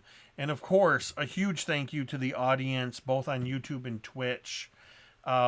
We've talked about this the last few weeks. Actually, we talked about it offline after the game last week.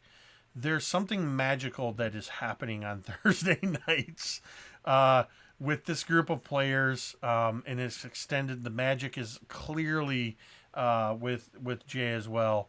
That we just have this amazing audience that wants to participate. I know we call out Chameleon and we call out Lydia and Jason as contributors, but everybody, there's so much chat happening on both Twitch and YouTube.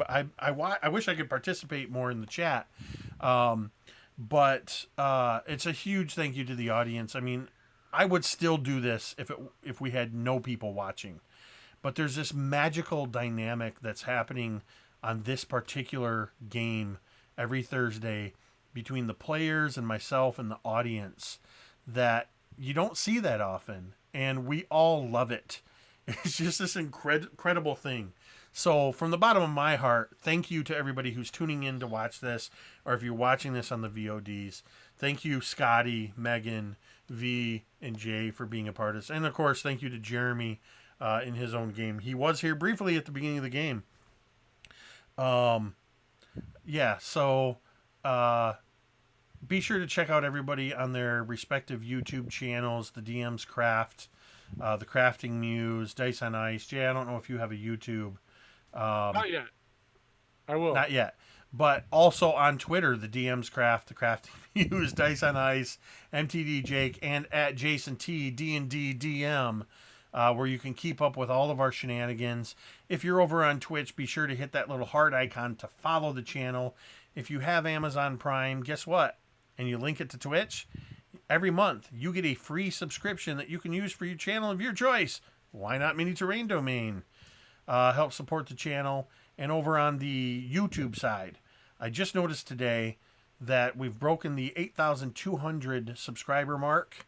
I'm low-key starting to announce that when I hit 10,000, I'm going to be doing a pretty mega awesome giveaway that I'll tell you guys what it is right now, and maybe you can tell people and get more people to subscribe. So there's going to be 3 prizes. The second and third place prizes are going to be a D&D starter set, brand new in the box, and 5 sets of dice so you and your friends can get your own game started. But the grand prize is going to be a starter set, brand new in the box, 5 sets of dice, and not this one, but the Dungeon Master's Guide, the Monster Manual, and the Player's Handbook, the 3 core books you need to run D&D. That's right, I'm going to give away 3 starter sets, 15 sets of dice, and 3 core books. That giveaway will happen when the Mini Terrain Domain YouTube hits 10,000 subscribers. This is the first time I've announced that. I haven't even told my wife I'm buying all these things, so... no, actually I did. So I'm very excited to be able to do that. This channel, we're actually coming up on the, I believe, 4-year anniversary of the channel. And I'm really pushing to bring more content. So, and those of you that are on my channel for the crafting stuff. There's more crafting coming. The fall schedule is coming into play, so stay tuned for that. And of course, speaking of crafting, so many crafters here. They talked about it at the beginning, but I've been blathering. That may have something to do with this empty bottle here, as well as just the euphoria of such an amazing game. Thank you, everybody, again. And of course, the way we sign out every one of these games, you can say it with me if you want at home or here on the stream. Metadata.